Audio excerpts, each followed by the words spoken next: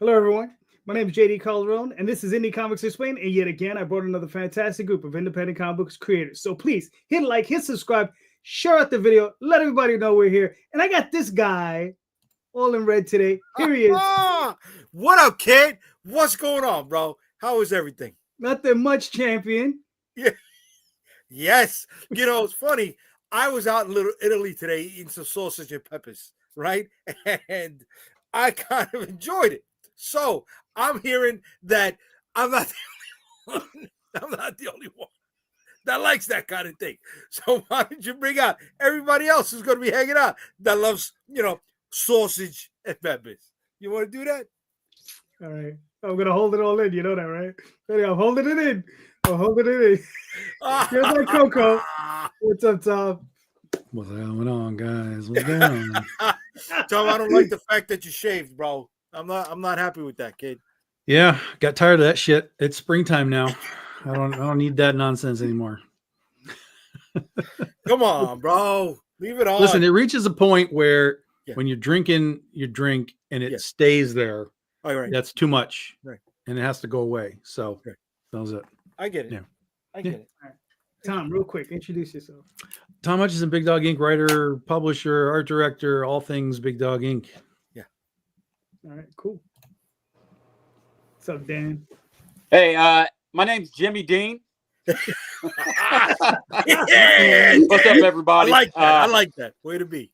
What's up? My name's Dan Barlow. I'm from Dayton, Ohio. Mind Grind Comics. Here we are. All right, cool. All right.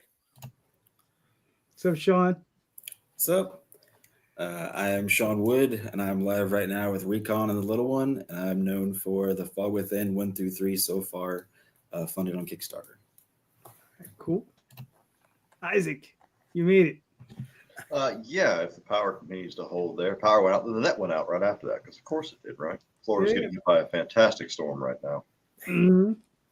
It was fine until today, because of course the day I make plans to have to do things, the day it's going to happen. It's just, as you said before, JD Murphy's Law, it exists for a reason. Yep. Exactly. If I was a question or anything, I didn't hear it because I wasn't here. So what's going on? No, here, so that's good to see. We're just bringing everybody in, so But there was a question. Oh, really? What was the question? Oh no. Do I want to I don't think you want to know this question. The answer is you can't afford it, Jay. I'm sorry. Where can you find more sausage? In the Feast of San Gennaro, okay, or Calderon Sunday Night Show? Where are you going to find more? Gotcha. It was a bad setup. I'm sorry. Bad execution. But all jokes aside, I do like sausage and peppers. Okay. There's nothing wrong with it. You split it open, you leave it on the flat top so you get that char, that gristle on the edges. You know what I mean? Changes up the texture. A little bit of hot sauce on there. No ketchup, no mustard, no mayo. No. I'm going to clip everything Jay says today and put it on TikTok. This is what's happening. This is my new plan to become TikTok famous. Wait, using me? Yes. Right. Yeah. There's just a certain section of TikTok that's going to really be attracted to it, though.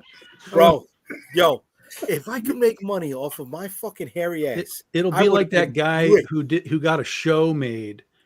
Shit, my dad says. Uh-huh. You guys remember that? He got a show made out of that with William Shatner, and it was just him blogging about shit his dad says. So mine's going to be shit that Jay says, and I'm just gonna run with it. I mean, honestly, it should be stupid shit. That's fine. That's too. I don't fucking care. That's all that ever comes out his mouth. I don't care. But what was that guy that he did a little reel or video of his pop, and he made him look like the food judge from Ratatouille? So that now they're doing the big commercials. Yeah, see, I think you need to focus a little bit more on your comics and less on the internet. That's why you're not doing enough books. Hey, I told you I finished a script this week. Don't go there. Yeah, look, I like the way he says, hey, he had to think about it. Like, did I finish it? I don't know if I told you or not. I got a lot of stuff on my plate, kid. Come on. Yeah, I can tell. Watch out. I resemble that remark. We know. Anyway, gentlemen, so let's go with the show question.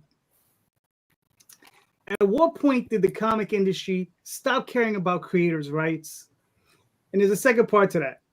It was just too long to fit the whole thing on there. Did they ever really care? Right? Did they ever really care? Yeah. Right? I'm gonna start with let's start with Isaac. Let's go a little different today. I appreciate that because my power might cut out again, so I wouldn't have a chance to say anything. So thank you for that consideration. I really appreciate it. At a point in time, I mean, I'm relatively young, so I don't know.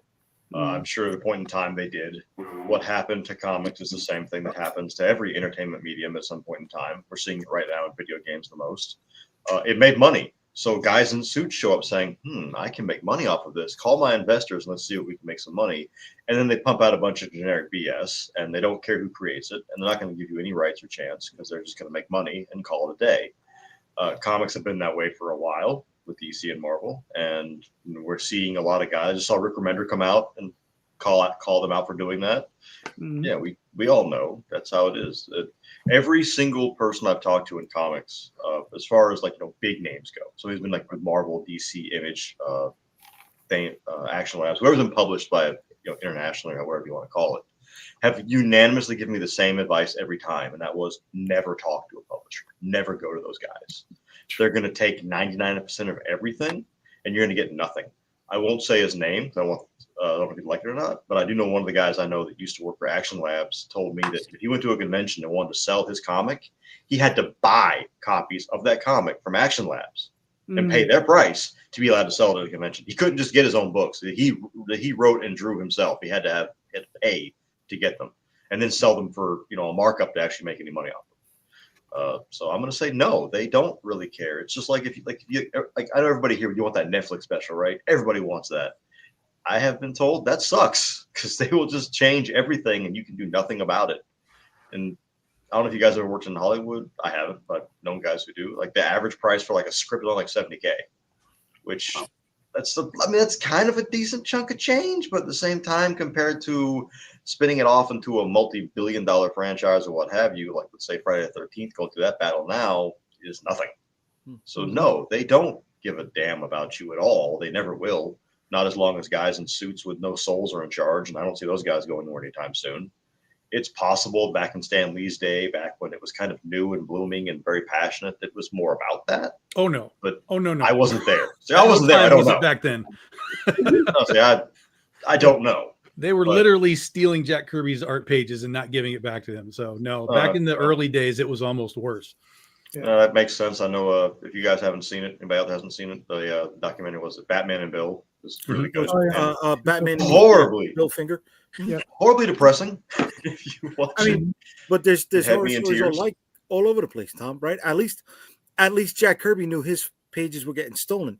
You had the guys who worked at Charlton Comics that the paper, the artwork was literally lining the floor to help clean up floods and stuff, dude. Yeah. So, that's all over the place, right? Oh yeah, no, absolutely. Yeah. Well, All right. So yeah, I'd say so. In that case, then I'm going to retract and say it's always been bad. It's just now we know more about it because we have this magical thing called the internet, where information is now free flowing and fast to the point where it gets drowned out by so much more information. But we also have access to find out what's actually going on much faster and much more accurately than we previously did. It used to be if, let's say, Rick Remender had this problem back in the 30s, he had to put it in a news article somewhere and hope somebody published it and then hope somebody reads it. Whereas today, you can just go on whatever social media platform he wants and everybody will see it in 10 seconds. All right, cool. That sounds fair. Sean, what are your thoughts? Yes, some of my answers have already been taken, but I don't think they've ever cared. There's always been suits in the back. The creators of Superman, creators of Batman, they've always struggled with getting rights. Jack Kirby was going to be my big point. But yeah, the only ones they care about creators are the other creators pushing for trying to get rights back for somebody that's been a long time going.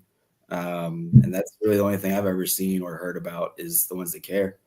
And you always see nowadays, on all the social medias of all these old school guys that don't have, medical coverage. And now they're penniless and they need money for, surgeries and everything. And other creators are the ones pushing for those guys to get some money to survive.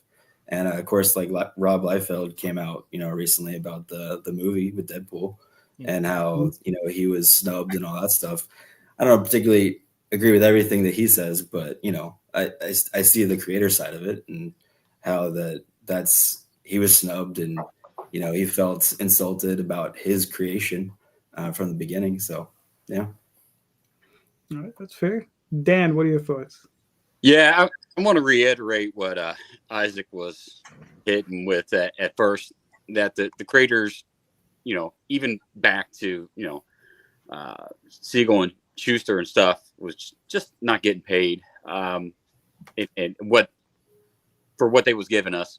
And it seems like a lot of the creators from the great masters of the 40s and 50s all the way till today just didn't seem to get compensated enough for what they should have been.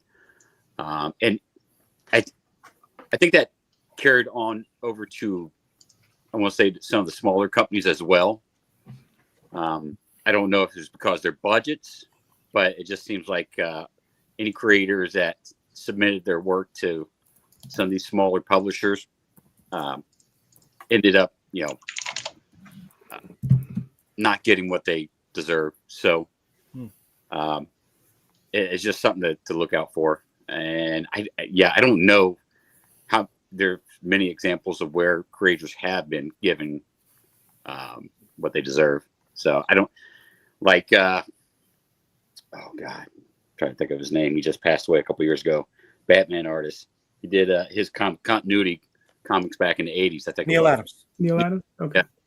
Yeah. I don't know, like when he left and started continuity, if he was paying his artists and stuff, a pro rate and stuff, or like if they gave any creations to him to print. I would think that some of the artists that been there, that experienced it with Marvel and DC, with a different approach. I've heard stories like some guys goes with some of the creators, they was doing the same crap that Marvel and DC did to them, from what I heard. So I don't know. There's not too many examples of honesty. Once money's involved, people just, say to hell with whoever put the brains behind it and just fill their pockets. Fair enough. Tom, what are your thoughts?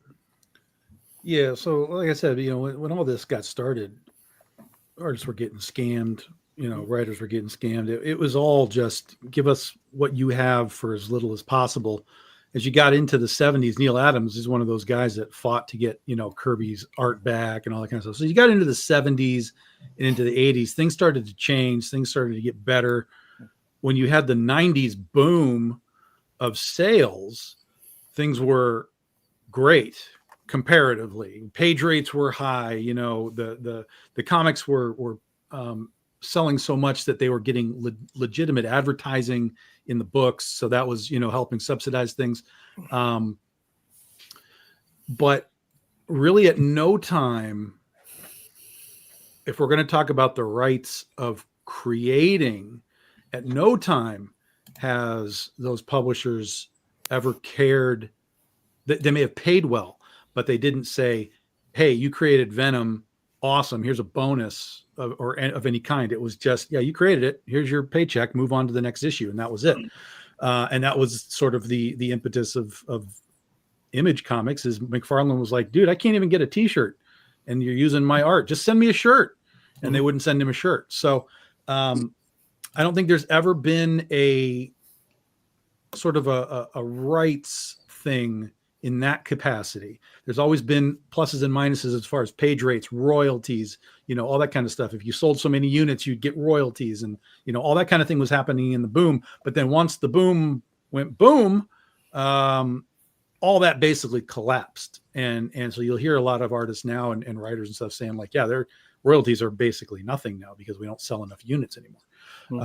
So it's, talk about Alan Moore, Watchmen. That thing was supposed to revert back to him, and DC just never stopped publishing the book, which means they maintained legally, technically within their contract, they legally did that, but there was still no hey, Alan, look, we're going to keep paying this, or we're going to keep putting this book out because it's super popular. Let me cut you an extra check. Let me do something for you. That never existed. So, yeah, I don't think that there's ever really been any sort of heavy duty creator rights. And then when you're talking about publishers, just general publishers, like the Action Lab problem that happened. I mean, we've heard it all over the place with Aftershocks not paying people, Scouts not paying people. You know, a lot of that comes because now we exist in a time of all this multimedia, TV and movies and all that kind of stuff. These comic publishers came in and said, you know what, let's get together and make a bunch of comics that we can use as Hollywood pitches. And, you know, we've got all the names. We got all the names you need, you know, here at Aftershock or wherever. And so we all go to Hollywood together and we're like, look, we got all this stuff. This is great. All these people that we can make stuff for Hollywood, and nothing. So, you know, if the game plan, if part of the business plan is we're going to have Hollywood money coming in and that doesn't happen, that those publishers fold and collapse because they can't pay, because they're not selling enough units at a retail segment to, you know, pay anybody anything. So, you know, even in the context of just basic business plans for these companies, it's all been kind of wonky for a long time. And then even when the Image guys came over and they had their big revolution and they were like, well, we own our stuff now. Yay. Okay. Now I'm going to pay you to make my book. I'm going to pay you to make my book. I'm going to pay you to make my book. And whenever you make that stuff, I get it. Like what just happened? The exact same thing just happened. You know, none of those guys that made any of those side books own any of that stuff. It all goes back up to the head of the copyright and all of that. So really strange, man. This industry has always been really strange. It's not just us, though. Isn't there an entire scene in Breaking Bad dedicated to him talking about that the guy that actually made the TI-83 calculator for Texas Instruments just got a watch and that was it? Yeah. Oh no. Yeah. This is not a comic book problem. This is a creative process. This is Hollywood. This is TV. The guy that made Squid Games famously got his initial check, whatever his check was, and then nothing else after it became this monstrous hit, started going into licensing and all that kind of stuff. Netflix was like, look, you got paid. We paid you your contract. That's it. You're done.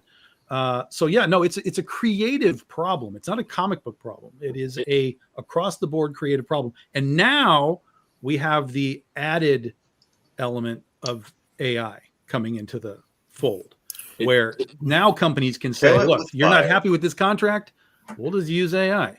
So we don't have to pay anybody. Is there legitimate concern about sending your books over to China to get printed in fear of them, you know, taking them?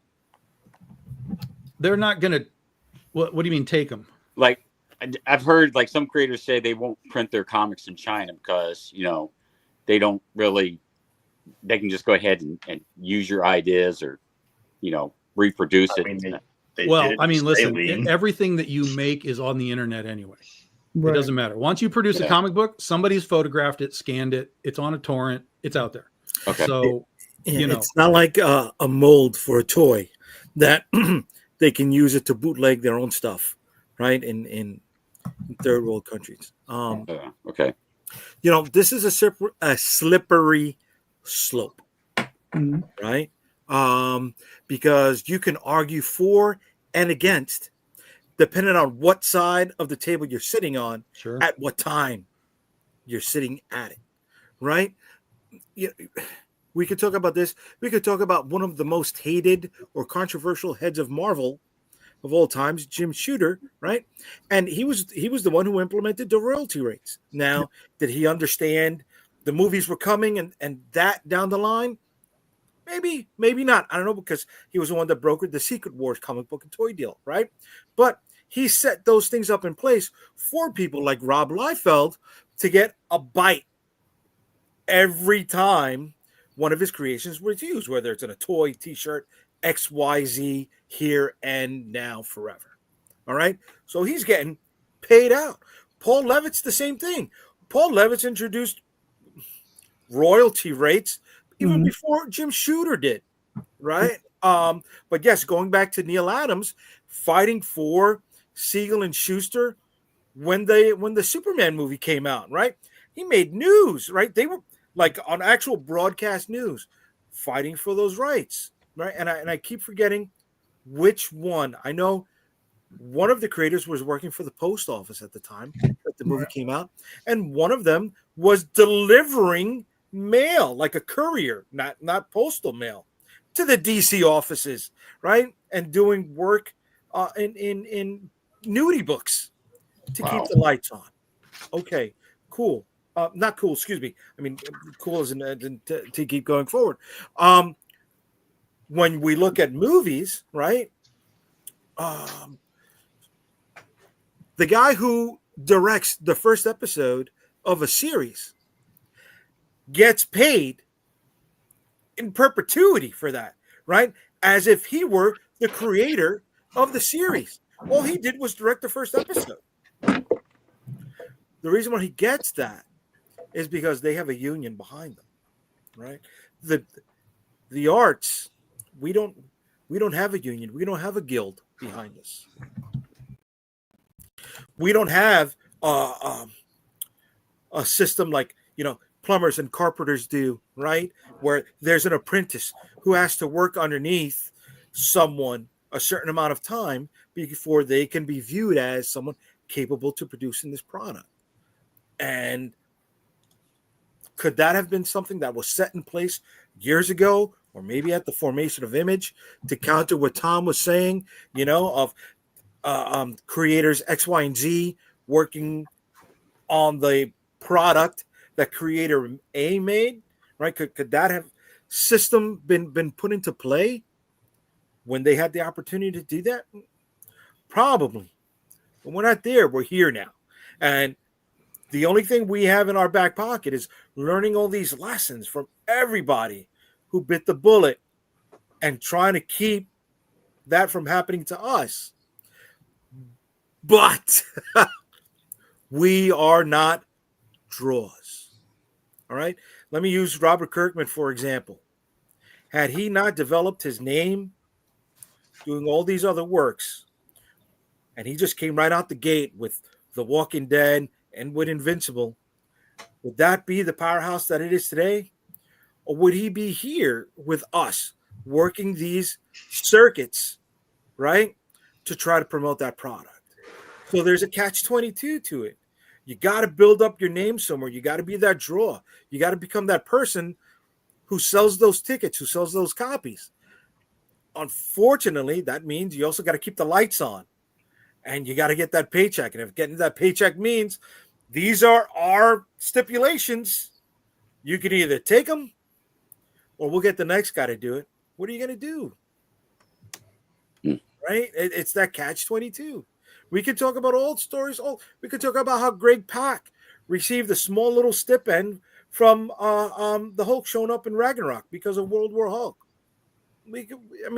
There's stories upon stories upon stories, right? But had he not done that work, would he have been able to get Med Cadets off the ground and get his pay for that, which became an animated series on Netflix, right? Or somebody like Jeff Smith, who was constantly there, and the deals being dropped on his plate, and then it getting pulled away from him. Or I was talking about this with Calderon the other day. You got Mouse Guard, right, from Archaea Studios. Yeah.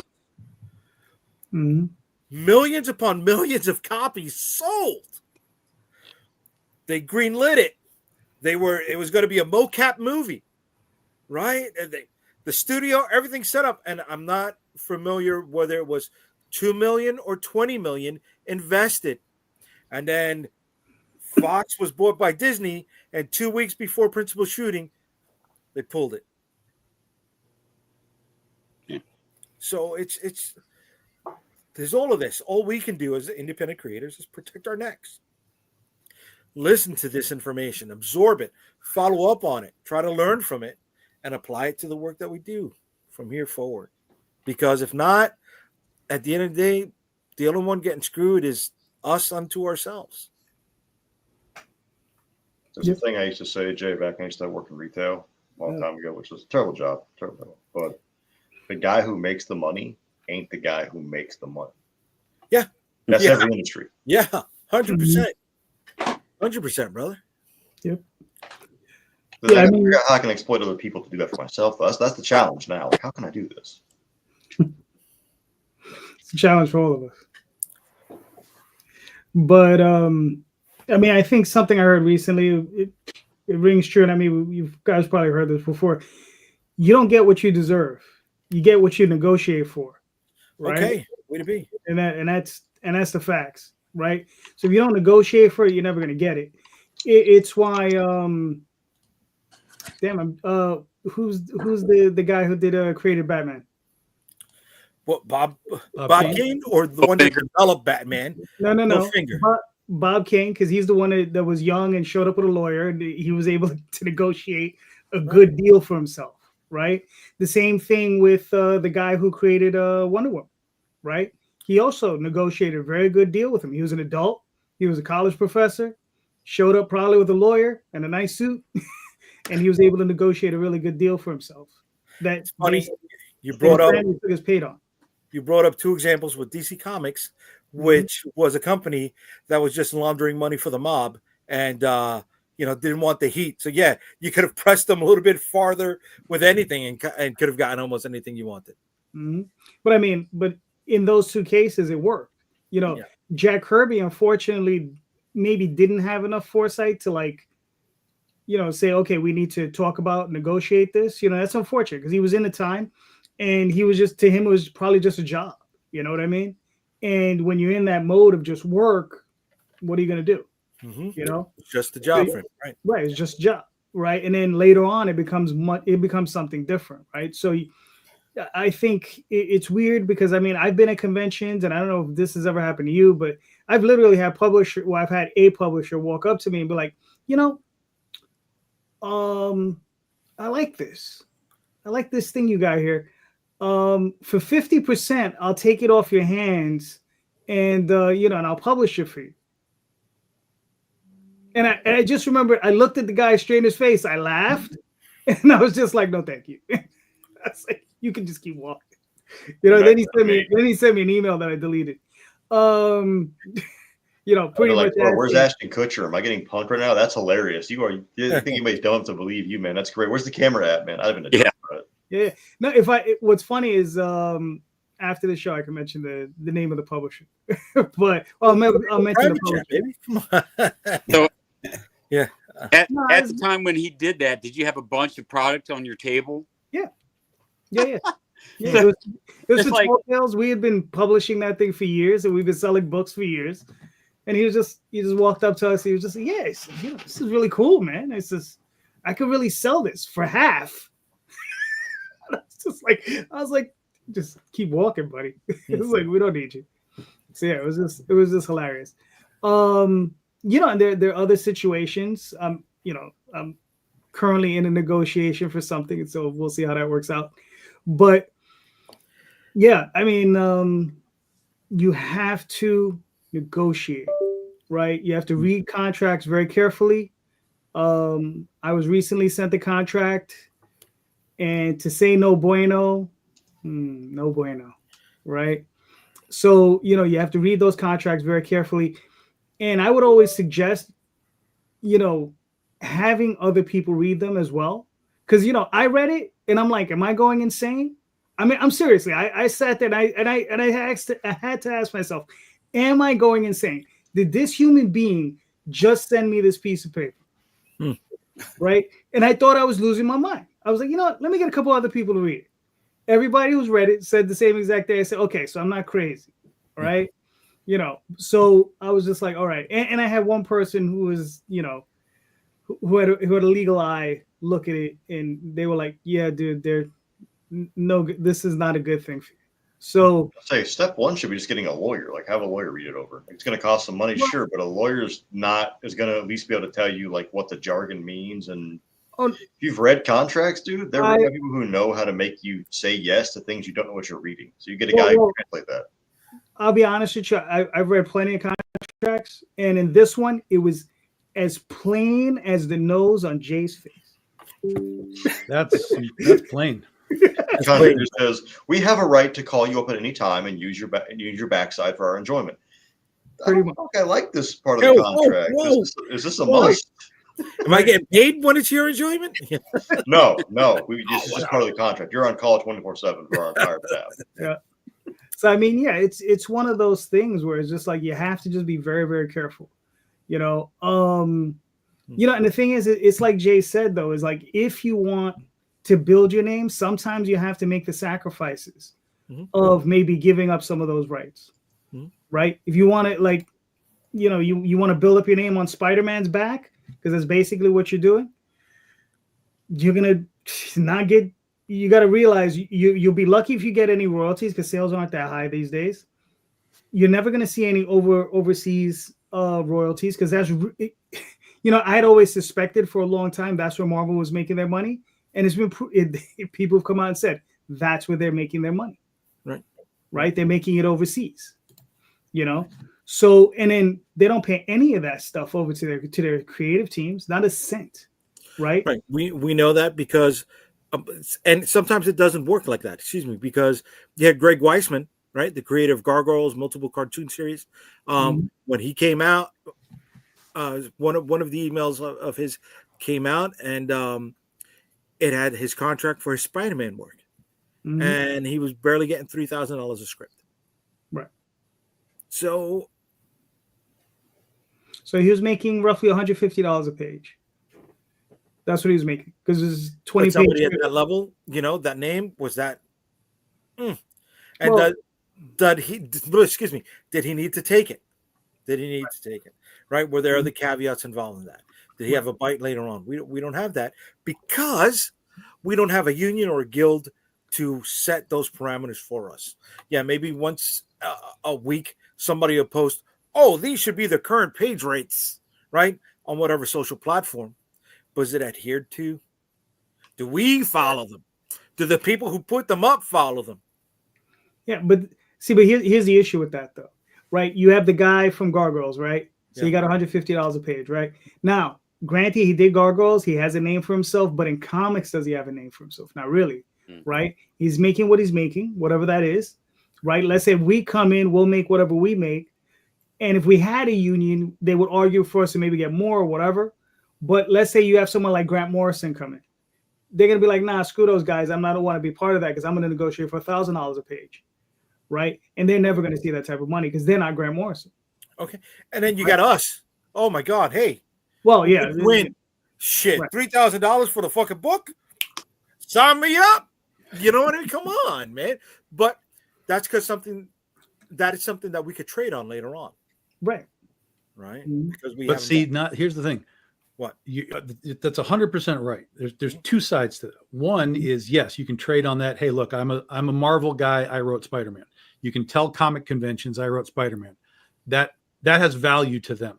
Yep. The other side to that is the bonus side, where you can say, I created something in Spider-Man, like some new villain or whatever, right?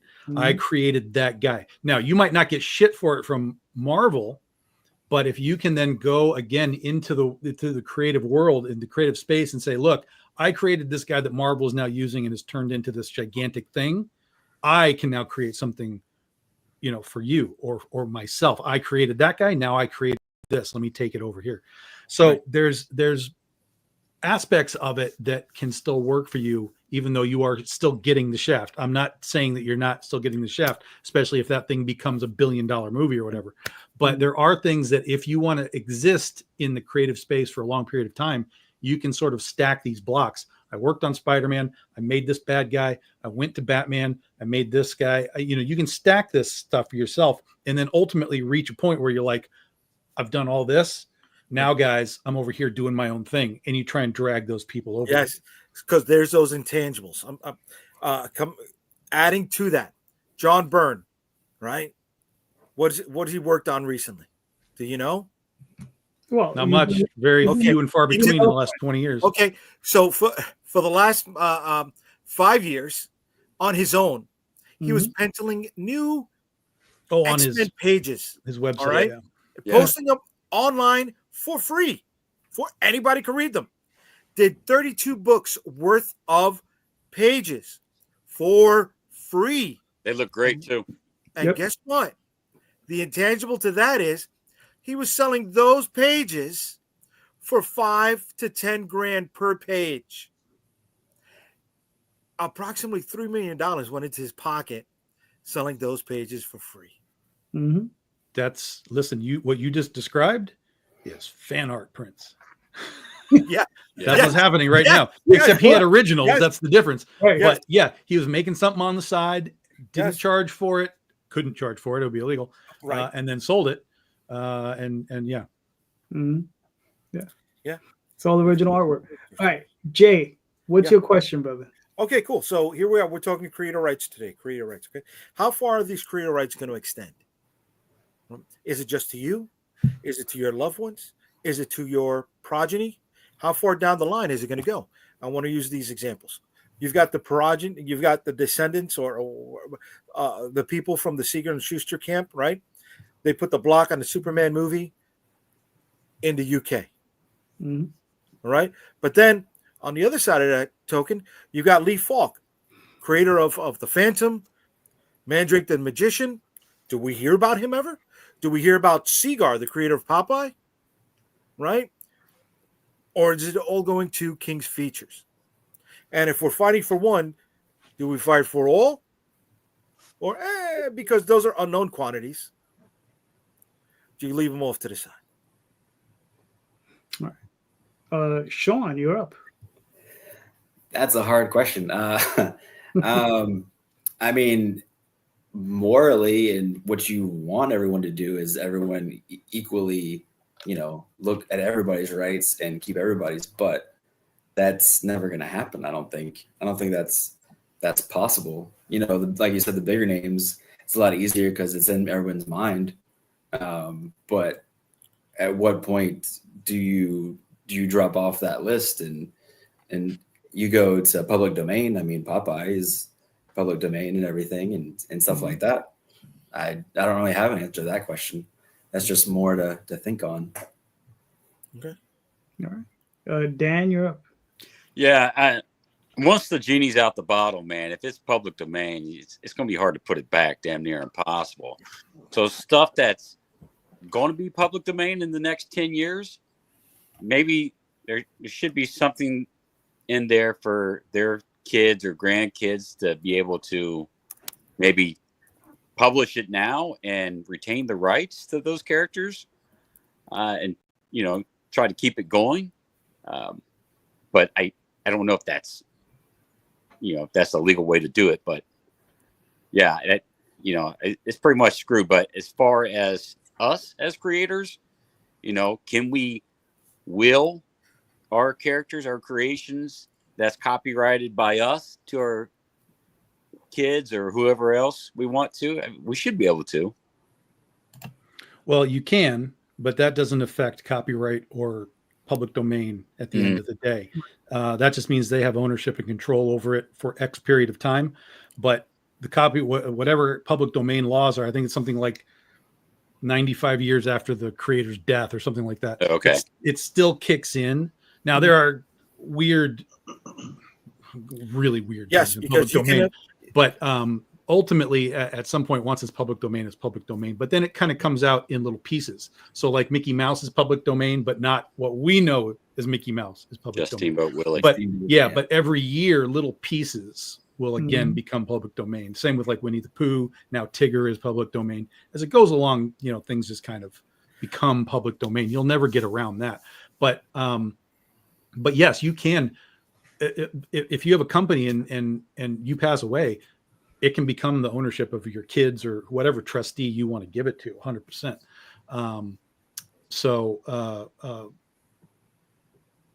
But when you're talking about,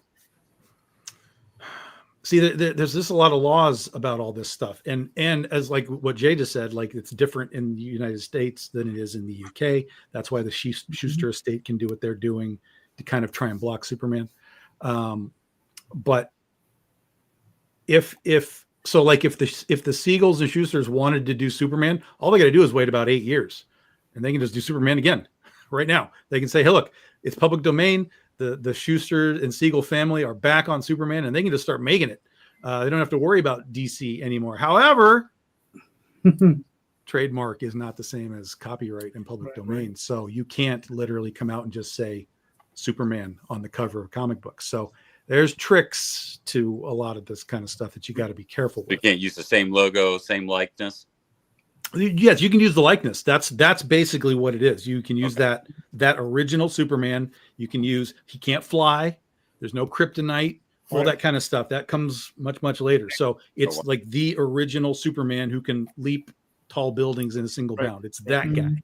I look forward to seeing the news that's being made when someone tries to do it on the outside. Yeah, because Zorro has been public domain since 1919.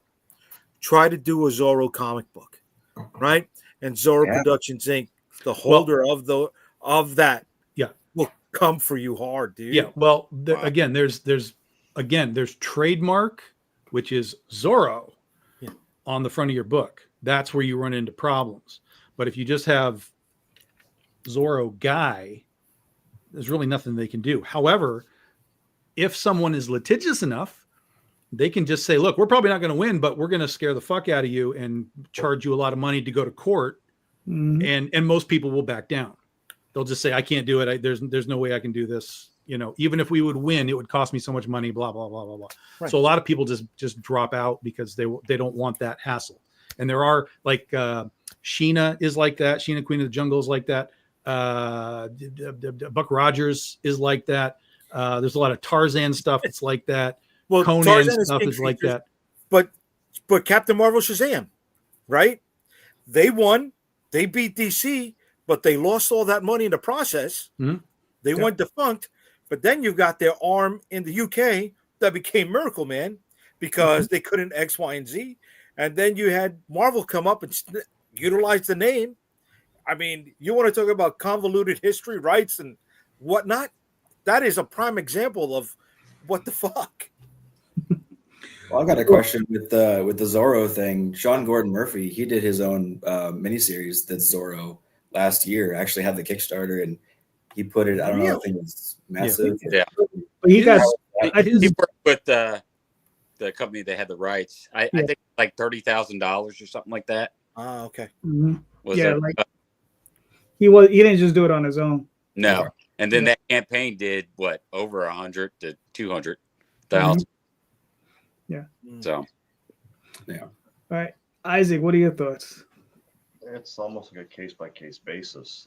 Part of the issue with that is that I don't think any of us sitting here, unless you guys have jobs I don't know about or lives I don't know about, which is not my business, but has the Disney money to do what Disney did and pay politicians to extend the copyright on your certain products or things to allow it to be yours even longer. That apparently magically that does seem to run out eventually. I'm kind of surprised it has. I thought for sure when Pooh came up that Disney was going to write a check to whoever in Washington, get it pushed even further, especially with Steamboat Mickey. But I don't think any of us can do that. So it kind of just comes down to what is your vision for long term? Like, do you want your stuff to continue under a different writer or creator? But do you want those paychecks going to like your kid or your grandkid or whatever? I can't say I've thought about it a whole lot myself because everybody's life's a little bit different. Not really a whole lot to say on it outside of just the case by case basis and how you want it handled. Eventually, like you said, public domain is going to come for everything at some point in time. I'm pretty sure Frankenstein, like, why is there a version of him in everything? Well, because you don't have to pay for it. Why does every studio ever have their own version of Arthur Conan Doyle's character? Sherlock Holmes. Because you ain't got to pay anybody. Why is it when you go to any kind of function they're playing Beethoven? Because you ain't got to pay anybody. You can just do it. How many iterations of The Mountain King have we heard in the last 20 years alone? You ain't got to pay anybody. And people like the song and it's safe, so we'll go with that. Will that happen to any of our works? Me, no. My stuff's not safe enough to do that with. JD, your stuff's cute. That might happen. But we'll see. What is the old adage in art is that you don't become valuable until you're dead. And that's when all of a sudden the value increases. I don't know if that's going to happen to any indie comic guys or not. I'm sure, again, case by case basis here and there. It would be cool to be like, oh, I'm on my deathbed, but my franchise is now worth like a couple $1 million. I can will this to the rights of somebody I care about. But realistically speaking, probably not going to happen. So I can't say I put a lot of thought into it myself, outside of just looking at the history of how copyright has been paid for, and essentially bought and paid for to extend it, and how that works, and the fact that registering a copyright can't help you in court, but how are you going to compete with somebody like Disney if they decide they want it and they got all this money?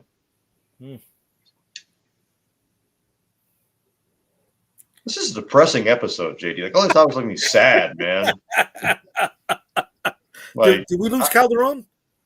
Is he there? I think so. Yeah. He lost Go get the Calderon. breakfast sausage. He froze up. Wow. Yeah, he doesn't want to respond to the fact that this is depressing. It's one of the two. He knows. Talking about food.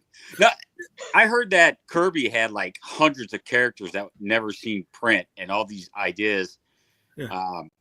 Sure. At his estate, and like I don't even know what to do with. Like the family could even do anything with it, but he had all these ideas. Well, wasn't that all the stuff that Topps did? Right? They came out with like Silver Star, and, all that weird crap. They tried to do stuff with it, but it. All right, I'm going to be the guy. Kirby and his stuff isn't relevant to a modern audience. I'm just going to be that guy. Yeah. It just isn't. It's really weird in a lot of cases. It's really far out. It's hyper creative. But when you compare that stuff to what people are buying now in an artistic standpoint, it's not relevant to a modern audience that likes J. Scott Campbell or Art Germ or, whoever those guys are.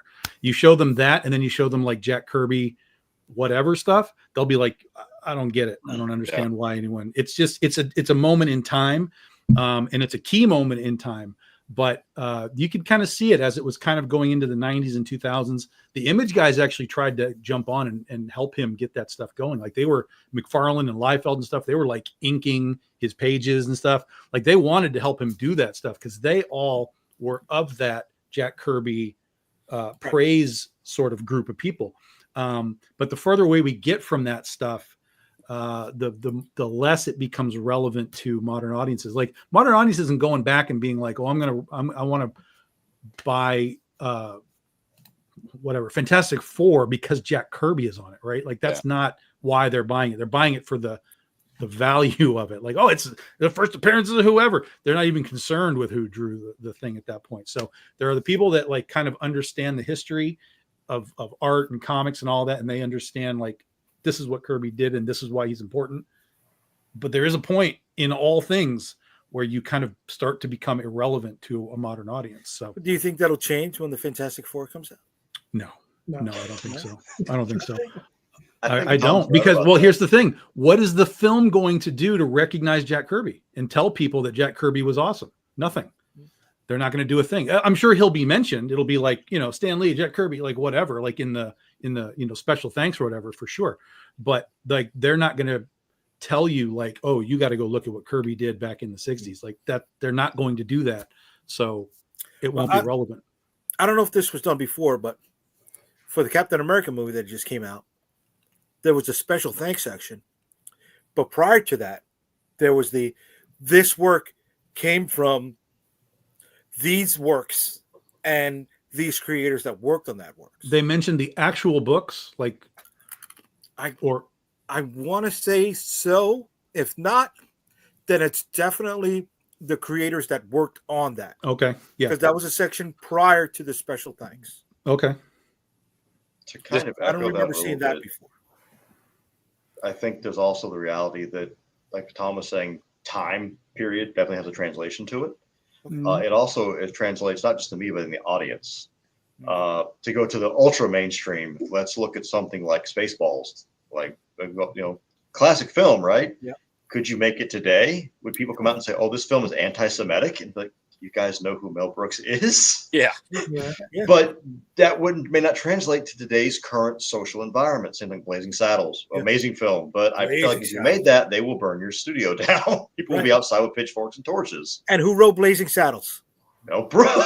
He's directed it. Richard Pryor. Right. Yeah. Exactly. It wasn't supposed to be Cleavon Little. It was supposed to be Richard Pryor. But because of the lawsuit or whatever, the lock that I think it was CBS that was doing his show had on him, he couldn't do Blazing Saddles. He could not star in the film. Isn't that, from what I understand, that's part of the reason that Magruder stepped away from Boondocks is because they want him to make it more about these like racial issues. He's like, I don't know. that's not what it's about. It's making fun of everybody. That's the Yeah. point. And he had stepped away because the social environment around it changed from what was a brilliant show in comic. I mean, even more recently, they wouldn't be able to remake Tropic Thunder. Oh God, no! I'd love to see him try though. It'd be fun to watch, but I wouldn't want my name anywhere near it. Yeah. Right. I'm still amazed. Like, people have come out today and are getting mad at RDJ for doing that film. Like, that film They want him to apologize. years ago now, when Hey, no that's one one- cared at the time because it was a stupid comedy, and we all knew it wasn't serious and a stupid comedy. Yeah. Being you people. Well, everything is context, and this world has no ability to understand context, like absolutely none. They just see an image, and it's a reaction to the image, and that's it. That's all there is. So yeah.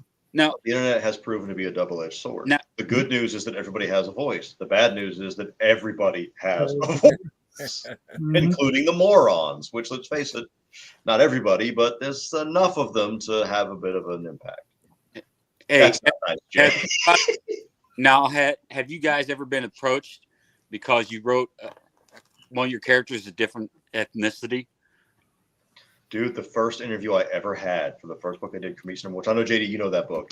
The first interview, this guy goes, "Why isn't there more diversity in your book?" I'm like, the main character is an alien who takes a side seat to a Latin female. What more do you want me to do? What do you expect from me? I don't understand. Right. Or has anyone called you out because, like, just say you wrote a black character, you're not black, and they were like, kind of like. Never had that. Thankfully, I never had that. I've had some other weird encounters about certain things. Okay. But I have a very powerful defense against that no one's been able to breach yet. When they say, like, why are your characters all these chicks like this? And it's like, oh, well, someone once tried to say they were like, why is it like this was obviously written by a guy because your chicks are like this? I'm like, well, first off, that character was designed by a woman, just so you know, because my entire art team's female at the time. And if you want to get further into that, the guy who wrote these is gay. So I don't know what you're trying to get at here, but please go ahead and try to spin this. Yeah, again, it's all everything is surface level. Everything is surface level. I get it at the cons, and they'll be like, "Why is everything just girls here? Girls everywhere? Oh, why aren't there any half naked dudes?" And I'd be like, "1 second." I go in the box. I pull out the cover of Half Naked Angel Lucifer, and I say, "There we go, half naked male right there. He's just wearing a toga. He looks cool. He's got his muscles. He's out there." And they're like, "Oh, all right." And I'm like, $10. What do you mean? We do a thing, Tom. Well, this is $10. If you ask for this and it's $10, so I'm not going to buy it. That's if you're not buying it, then why do I care what you have to think about anything that I have here? You speak with your money. If you want to buy this right now, that tells me I need more naked men on my covers. If you are not buying this cover, nobody has them. Then I don't need naked men on my covers. One of the artists that I work with, his primary thing, he's part of my team. His primary thing he does, not for me, is he makes mostly gay hentai, is what he draws. And I will sell some prints of his at conventions. And every time people see, "Oh, nobody sells these." Like, yeah, because they don't sell as easy as some voluptuous lady like behind me. That sells much easier. But if you can find a niche, then you're doing well. Let's face it, Kickstarter is a fantastic example of niche within a niche. If you can find your niche audience, you're going to do great. But who's that niche, and are you willing to do within that niche? I was shocked. We did a cover that had a naked male full frontal on it, and it did really well. And I was still surprised. Like, I thought that was going to go mad at me, or I was going to lose some backers. Nope, didn't happen. Great. Now I know we can do that. All right. JD bought like 10 copies. I don't know why, but I mean. Hey, listen, Jay wanted me to get him for He said He said JD. He didn't say Jay. He said you bought 10 copies. I made the shot. He came up with the block and just was right there. There you go. I was trying to help you out, bro. Anyway, getting back to the original question. As far as the family members still retaining rights, I mean, everything that Tom said was correct. We have laws in place for a reason, because they want the arts to move forward. You can't allow the arts to stagnate. If a family was able, let's say, to retain Batman or Mickey Mouse or whatever, a corporation was to retain that forever, the arts stagnate. You understand? We can take, Shakespeare's work and we could form it, take those characters, do whatever we want with them. Same thing with, the Hunchback of Notre Dame, Frankenstein's monster, Dracula, so on and so forth. Jesus. We can create new works, right? And that's what they want to do. You want the arts to grow, right? And if these things were just to stay in the possession of corporations, it would never happen. Church. Right? The arts. What'd you say? You were talking about fictional works. Right. Jesus, the church owns it, right? No. Oh, okay. Right. I mean, it's funny, Jay. Anybody else want to That's how I know my wife is not watching. She would have been chiming in. Stop making fun of the church. Gotcha. But anyway, so Jay, answer your own question, bro. How far does it go? I don't know. I mean, I just want to test the room. You know what I mean? I want to see where it's at. I don't have kids to leave it to. Mm-hmm. The one thing, right? They say the only two constants in life are death and taxes. I want to add public domain to that. Well, right? only as long as Disney allows it. Right. Right. But whether we understand it or not, all of our stuff is going to end up there at some point, some sooner than later. Mm-hmm. Right. I'd love to be around to see what other people's takes on it would be. JD, what are you going to do when Tenchi becomes public domain, man? He'll be You're dead. going to finally put out that Tenchi erotica you've been talking about for years? Like, Probably. I'll be the first guy to buy it. As long as Ryoko's in it, we're good. There you go. But all right. But I mean, Make sure you protect it before it happens, though. oh yeah, of course. Yeah. I mean, and that's an important thing, right? He says when we sign these deals, we got to make sure that we don't ever sign contracts with devils, right? So we want to talk about Dan's book. Dan, All right. why don't you let us know about your book? All right. Yeah, I just dropped the Kickstarter yesterday. I need to go back and tweak it tonight. But this is issue 5 of my book, The Devil's Contract. It's kind of like a supernatural horror action series so far, where it's about bounty hunters with special abilities. They get hired to, they take this bounty to track down this guy. He turns out to be a werewolf. And then that goes well. So the same person hires them to track down a vampire. Turns out the vampire is the twin to the guy that was the werewolf. And this person that's been hiring him, he was a pastor at one time, and now he's kind of running his own kind of luxury resort a la Epstein Island for the rich and powerful.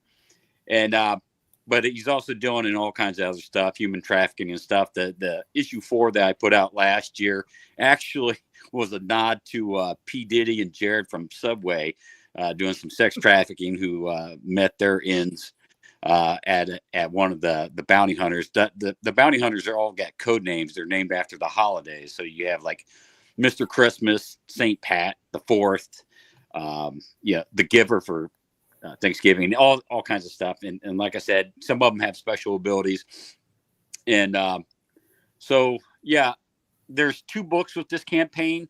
That image right there, that's a character Bible. I always liked the DC Who's Who back in the day, and thought it'd be kind of cool to do a character Bible of the characters within the story so far. So that goes out to the first 20 backers for issue 5. And there's a couple different covers, one standard and one reverse negative cover. Just trying to come up with some different ideas. And so far it's been slow, a slow build. Things are going to really pick up here over the next several issues. I mean, I try to balance it out with action and story, but the next couple of issues are going to be action packed, which I'm going to just try to challenge myself to go crazy with it. So I try to make it more have more real life feel to it, but I think coming up it's just going to be some off the wall crazy shit. So, but yeah, that's issue 5. So It's in black and white too.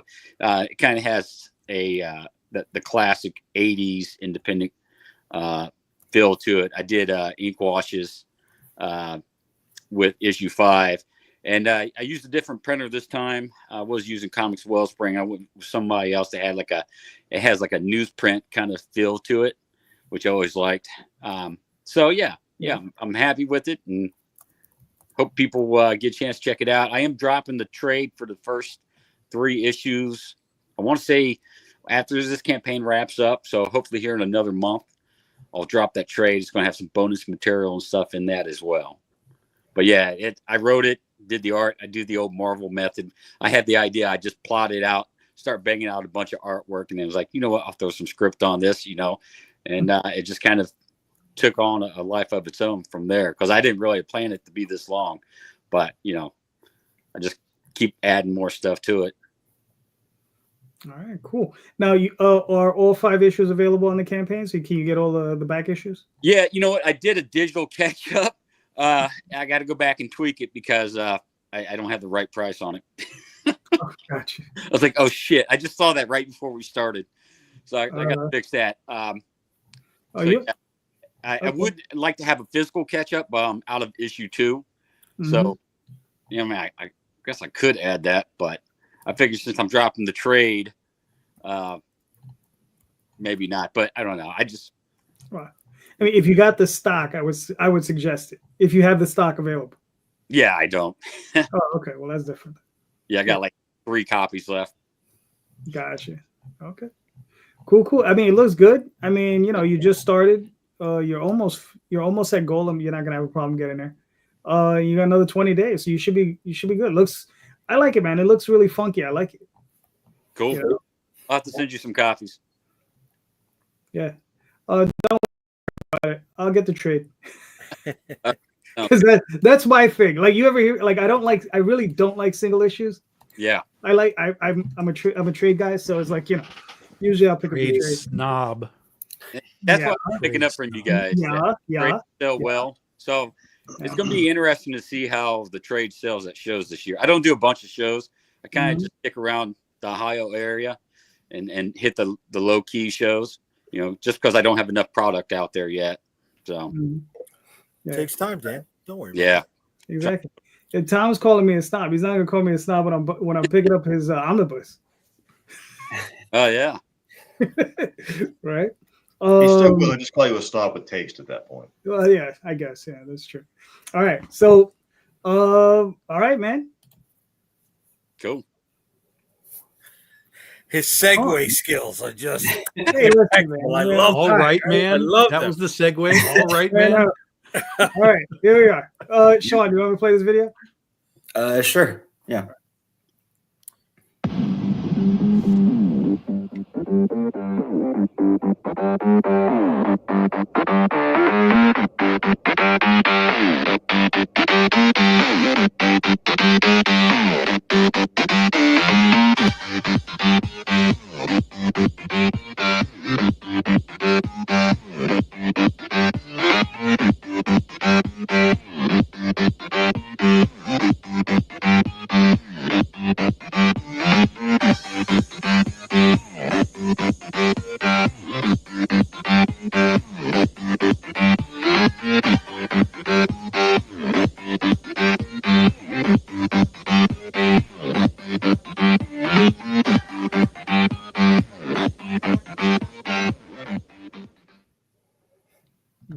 Very nice. Nice. I love the trailer. Sean, I'm loving this, Sean. Thank you. So this is my first try at a one shot. I was talking to a creator when I was in the Fog Within 3 campaign last year, and they said, you need a new audience, you need to try a one shot, and this is what I came up with. The thought is that the easiest pitch is robots versus zombies. Who doesn't like robots and who doesn't like zombies, and mixing the two? It's just a lot of fun. The idea came from my daughter. So the best ideas come from fears and writing those into the story. So my daughter's 4, and my fear is her growing up in this crazy world. And as a father, I want to protect her. And it turned into Wall-E-like fantastic robots that wants to protect the last girl on Earth against zombies. Oh, wow. So it's been a lot of fun. Dave Schwartz is my artist. I've seen him in a bunch of other indie stuff, and I just love what he brings to the story. And the biggest thing I was trying to find in an artist was bringing emotion to a metal robot, because he's very quirky, he's very awkward, but he's also got these go-go gadget arms and flamethrower and all these fantastical things that you want to showcase. And the quirky attitude of the robot is really my son too. So it's kind of like a mixture of me and my son as the robot. And the idea with the zombies, there's a lot of zombie stuff. It'll have just, they're there, you have to run away from them, the end. There's no backstory of how it happened. There's no like cure kind of process by the end of the movie or whatever. But the idea is food is scarce now in the world, and scientists over bioengineer the food. Mother Nature doesn't like that and causes this vine-like infection within the humans. And so instead of them trying to eat brains or eat, the humans in general, they're trying to infect you with this vine-like infection and bring you back to the earth. So humans thought we were smarter than Mother Nature, and Mother Nature proves us wrong.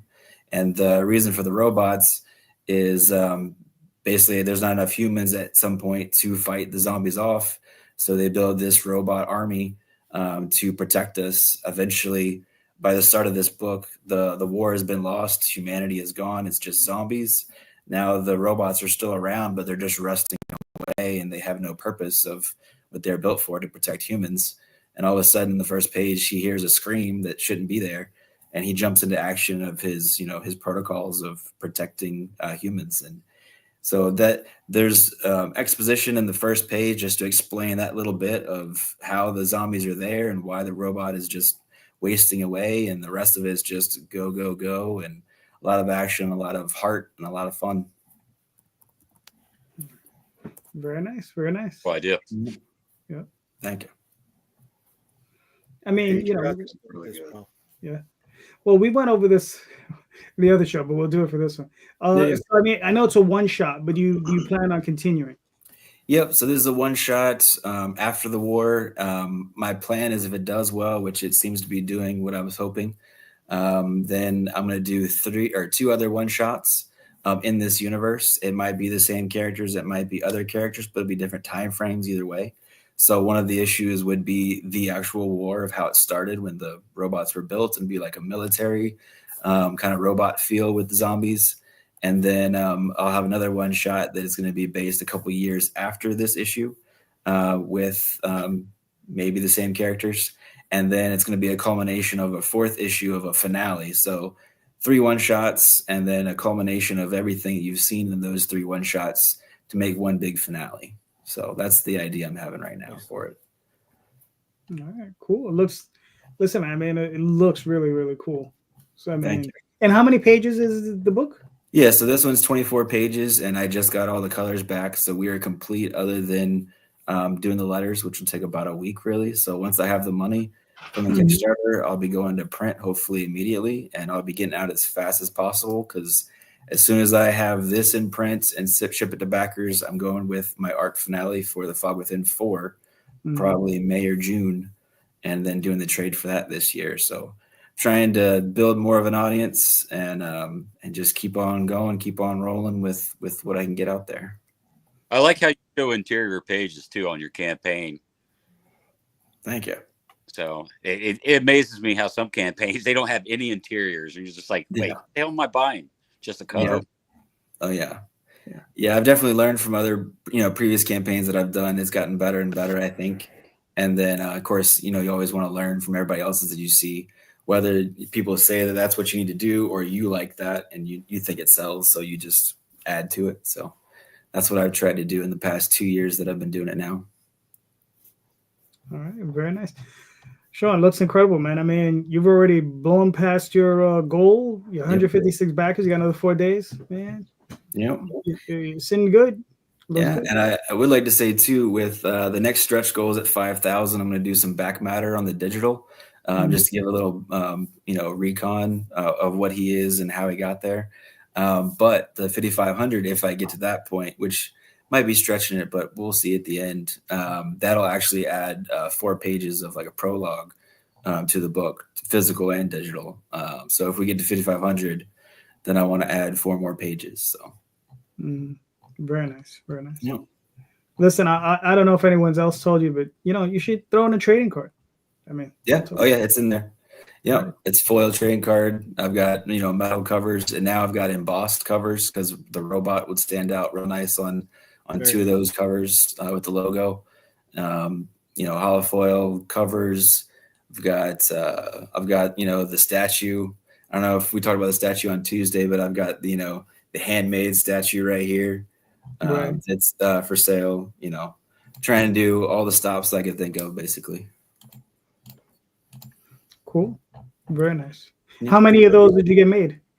So right now I have the first one, but he is willing to do 4 or 5 more. So I think I've sold 3 other ones on the campaign, and we'll see. I think I have 1 more that's available technically.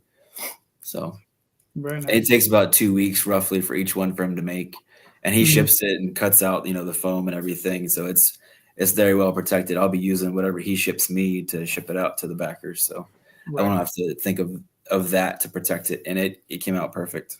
So it's exactly the Recon bot. Okay. Yeah. I mean, it looks great. I mean, very nice. Yeah. Thank Great job.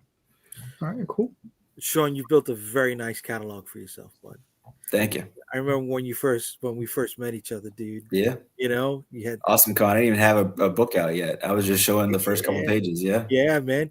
You see, Dan, it takes a little while, brother, but Yeah. you work on it, man. You work on it. Yeah. Oh, yeah. Mm-hmm. Very nice. Thank you. All right. Jay, you're supposed to say something now while I do it. You didn't even prompt me. Dude. Come on, bro. Just shut up. Shut up. Isaac, please take it over. Oh man, I thought Jay was going to regale us with some kind of like inspirational hoorah here. I was waiting on the big uplifter, You're going to regale us with a bunch of BS. Go ahead. I guess he's just not going to do it today. Yeah. I've been doing Kickstarter, and I've been in comics for over 10 years. I'm doing Kickstarters for I don't even know how long now, over 10. This is my 15th campaign. We have been doing a lot of things, learned a lot from this job. So I sat down and wanted to build a series built based on the feedback that I received from so many Kickstarter campaigns. And we do a lot of polls with our backers, we talk to them a lot, and it helped me kind of form the story called The Manticore. This is issue 0. My intention is that this story is going to have it's a lot of stories after this. It will be told ultimately in 2 issue long missions. With each time, it can have a different art team assigned to it. Allows me to do a lot of things with the series. But issue 0 is the introductory, our pilot episode. And yes, I know the page art doesn't match, and there's a reason for that. Issue 0 is essentially the story for this book is that there is a high fantasy World War I situation. But the problem is everybody's kind of fighting their enemy in a one-on-one fight. So humans are fighting the undead, the goblins are fighting the elves, Oni and Ogre are going at it, but nobody's really helping each other. You're allied in name only, kind of like reminiscing secret alliances back from the World War I era. So an intelligence officer has the idea of, well, the front line's not moving. So let's put together the first ever mixed species special forces unit that's ever been put together. The best of the best, the absolute top tier soldiers are really expensive and they weren't available. So instead, what we end up with is a squad of characters who are barely qualified for military service, let alone special operations. Issue 0 here is broken into 5 chapters, and each of those chapters tells how each member gets chosen to join this new unit called the Manticore.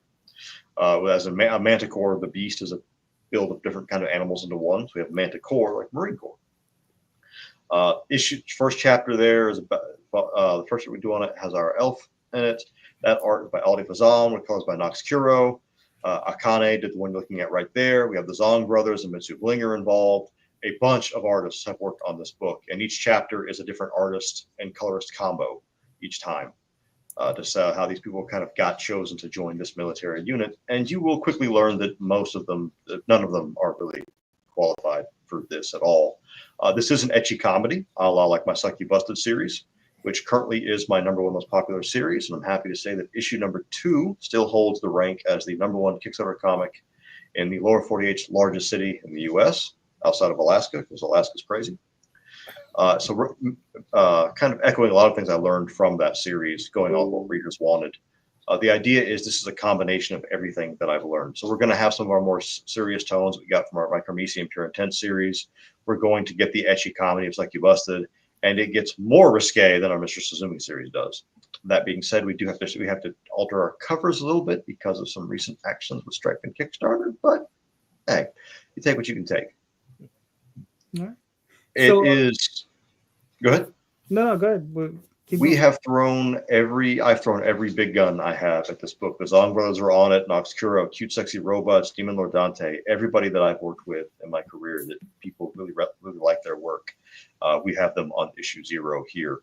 I forget how many pages it is because I don't remember anything. I'm terrible. I don't remember anything about like how long the book is or like until the Kickstarter is actually built. And even then I have a document that I create that tells me what to do as the campaign goes on and where everything is. So if you ask me, when's this cover coming out? I have no idea. I have to check my document that tells me what to do. I don't know. I write myself a guide and just follow it. If you like things like Monster Musume or Monster Girls in general, let's see, Gates, thus the JSDF fought, World War I kind of stuff, maybe things kind of like a Tolkien universe. But in this case, it is a little sexier and it does get pretty violent. So this is put your kids to bed because they're not going to be, this is not for them. This story encompasses way more risque than I ever thought I would allow. That being said, we still follow my rule of no visible penetration. So not showing that things going into somebody, but issue 0 is admittedly the tamest issue of the series because it is our introduction, how everybody kind of gets chosen for it. Keep looking there. That's that chapter there with the Oni and the Ogres. One of the girls that also has, because of that chapter right there, you don't see it on this in the preview. It has the bustiest character that I have ever made in my entire comic career, but she's also 8'3", so I mean, it kind of makes sense. She'd be kind of big in many places. Magic, guns, things you saw from the World War I era, like trench warfare, is going to come into play. Accumulation of everything that I can possibly think of that I have done in my career put into one. We have goblins and elves. One thing I will stress I want to do with this story is I never really cared for the idea that there is a faction of individuals, regardless of race, that are just unanimously evil. They're all just evil. They sit there and go, oh boy, I'm so evil all day. I don't think that's realistic. JD, I know you have seen old school Gundam, the original Gundam, 1 Year War. And I think that was a big inspiration behind some of this, where in Gundam you see that both sides have people who are good and people who just need to go. They need to die, no matter whose side they're on. You're going to see some of that. You're going to see characters who are good, some who are bad. We're going to mix things up a little bit. A lot of anime references. Anything that my studio does, we're really more manga inspired than we are comic. So we try to stick with that a little bit in the way it's told and the way that we do our character art. That being said, it's still read from left to right because it's made for an English-speaking audience. If you have ever seen my Suck You Busted series, this is very similar, but way more in every possible way.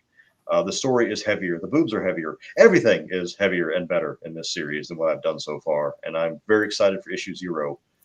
To iterate on what we're doing with this series, the next 4 books are already in production right now. The artists are already working on those. Issue 0 is essentially a one-shot, just how everybody kind of came together and how they got chosen for this new special unit, with a lot of good comedy mixed in, a lot of you're gonna see some sights, put it that way, some violence, some extreme violence in some cases. Luckily, that page doesn't go to the second page that you're looking at right there because the violence gets pretty gratuitous. So if you like things like Berserk, Monster Musume, Yu Hakusho, Vinland Saga, yeah, you're going to be in paradise. You're going to love this. All right, cool. So is it like one overall story, a bunch of small missions, or it's one? It's this squad is the idea is that this squad can break the stalemate. They can help us win the war because let's say, okay, the goblins know how to fight the elves by now. They know their strategies, they know their tactics, they know their strengths and weaknesses. But what happens when they fight an Oni? Do they know how to do that? This is just the first mission they go on. They fight goblins, which isn't in this issue, but it's coming. One of the goblins stabs the Oni girl in the boobs, and his knife breaks. He's like, "What the hell? What kind of? Why doesn't my knife pierce an elf skin? What is wrong with you? Well, you're not fighting an elf. You don't know that, do you? It's a different thing. It'd be kind of like if we got deployed into Afghanistan and all of a sudden werewolves showed up. Okay, well, what do I do against this? What works against this thing? I have no idea. Kind of the same idea. It is one overarching story, but it's intentionally made where you can hop in at any point in time and not have to read a 100-issue backlog. As much as I love American comics, and I really do, I love X-Men. I don't want to have to see, there's a new story about Gambit. I have to go and read 300 issues starting in the 70s to figure out what's going on here. I don't want to do that to somebody, so you don't have to do that here. It's intentionally made very easy to hop on, easy to digest, easy to enjoy, and keep moving forward. Took a lot of inspiration actually from Mr. Polito and his Lady Death series. How he's very good at that. I think you can just hop into a Lady Death and have fun with it. So I think that's a fantastic idea. I'm like, well, I want to try to swing a similar size bat here. All right, cool. And we did make some edits. It's not just American comics. My understanding is One Piece, like 1,000 books. One Piece is an exception, but yes, over 1,000+ issues or volumes long. Yeah, it's not the longest to ever run, but it's Right. it's not the longest it's long enough. series. It's long. Yeah. And as I've gotten older, I will tell you, like JD, you and I are from the old school era. Man, we watched Tenchi Muyo, Dragon Ball Z. I will love those to my dying breath. But if you said, hey man, sit down and watch them again right now, no, I'm good. I'm not gonna watch. Z is 278 episodes by itself, bro. I don't have time. There's no way I could do that. So my idea was I want to make a series that's very, you can hop in at any point in time and enjoy yourself, have some fun with the sights and the characters, and get some pretty serious moments going on, make you think a little bit, but maybe make your pants tighter in the process. We'll see how it goes. Oh, When do you plan on launching? The launch date for issue 0 is about 3 months from now. Oh, okay. 2-3 months. You still The got reason for that. a bit of time. Well, we want to get out. This is because this is intended to become the new flagship. Succubus is my current flagship. This is intended to become the new one. I wanted to get everything going on it immediately. We're, like I said, putting a lot of resources at this thing. We just finished the last one, Pure Intent number 3 and Mission Zoom number 3. I am waiting on surveys to come back because until I get the surveys back, I don't know how many copies of every cover and book to order. So once I get those back, then I'll work on this campaign in the meantime while all that's being printed and shipped. And then we're going to ship the last run we just did. And as soon as that's done, we're diving right into the Manticore. All right, cool. Looks good. Thank you know, you always put out good stuff, so I made quality work. So, flattery will get you everywhere, JD. Thank you. that's right. Yeah.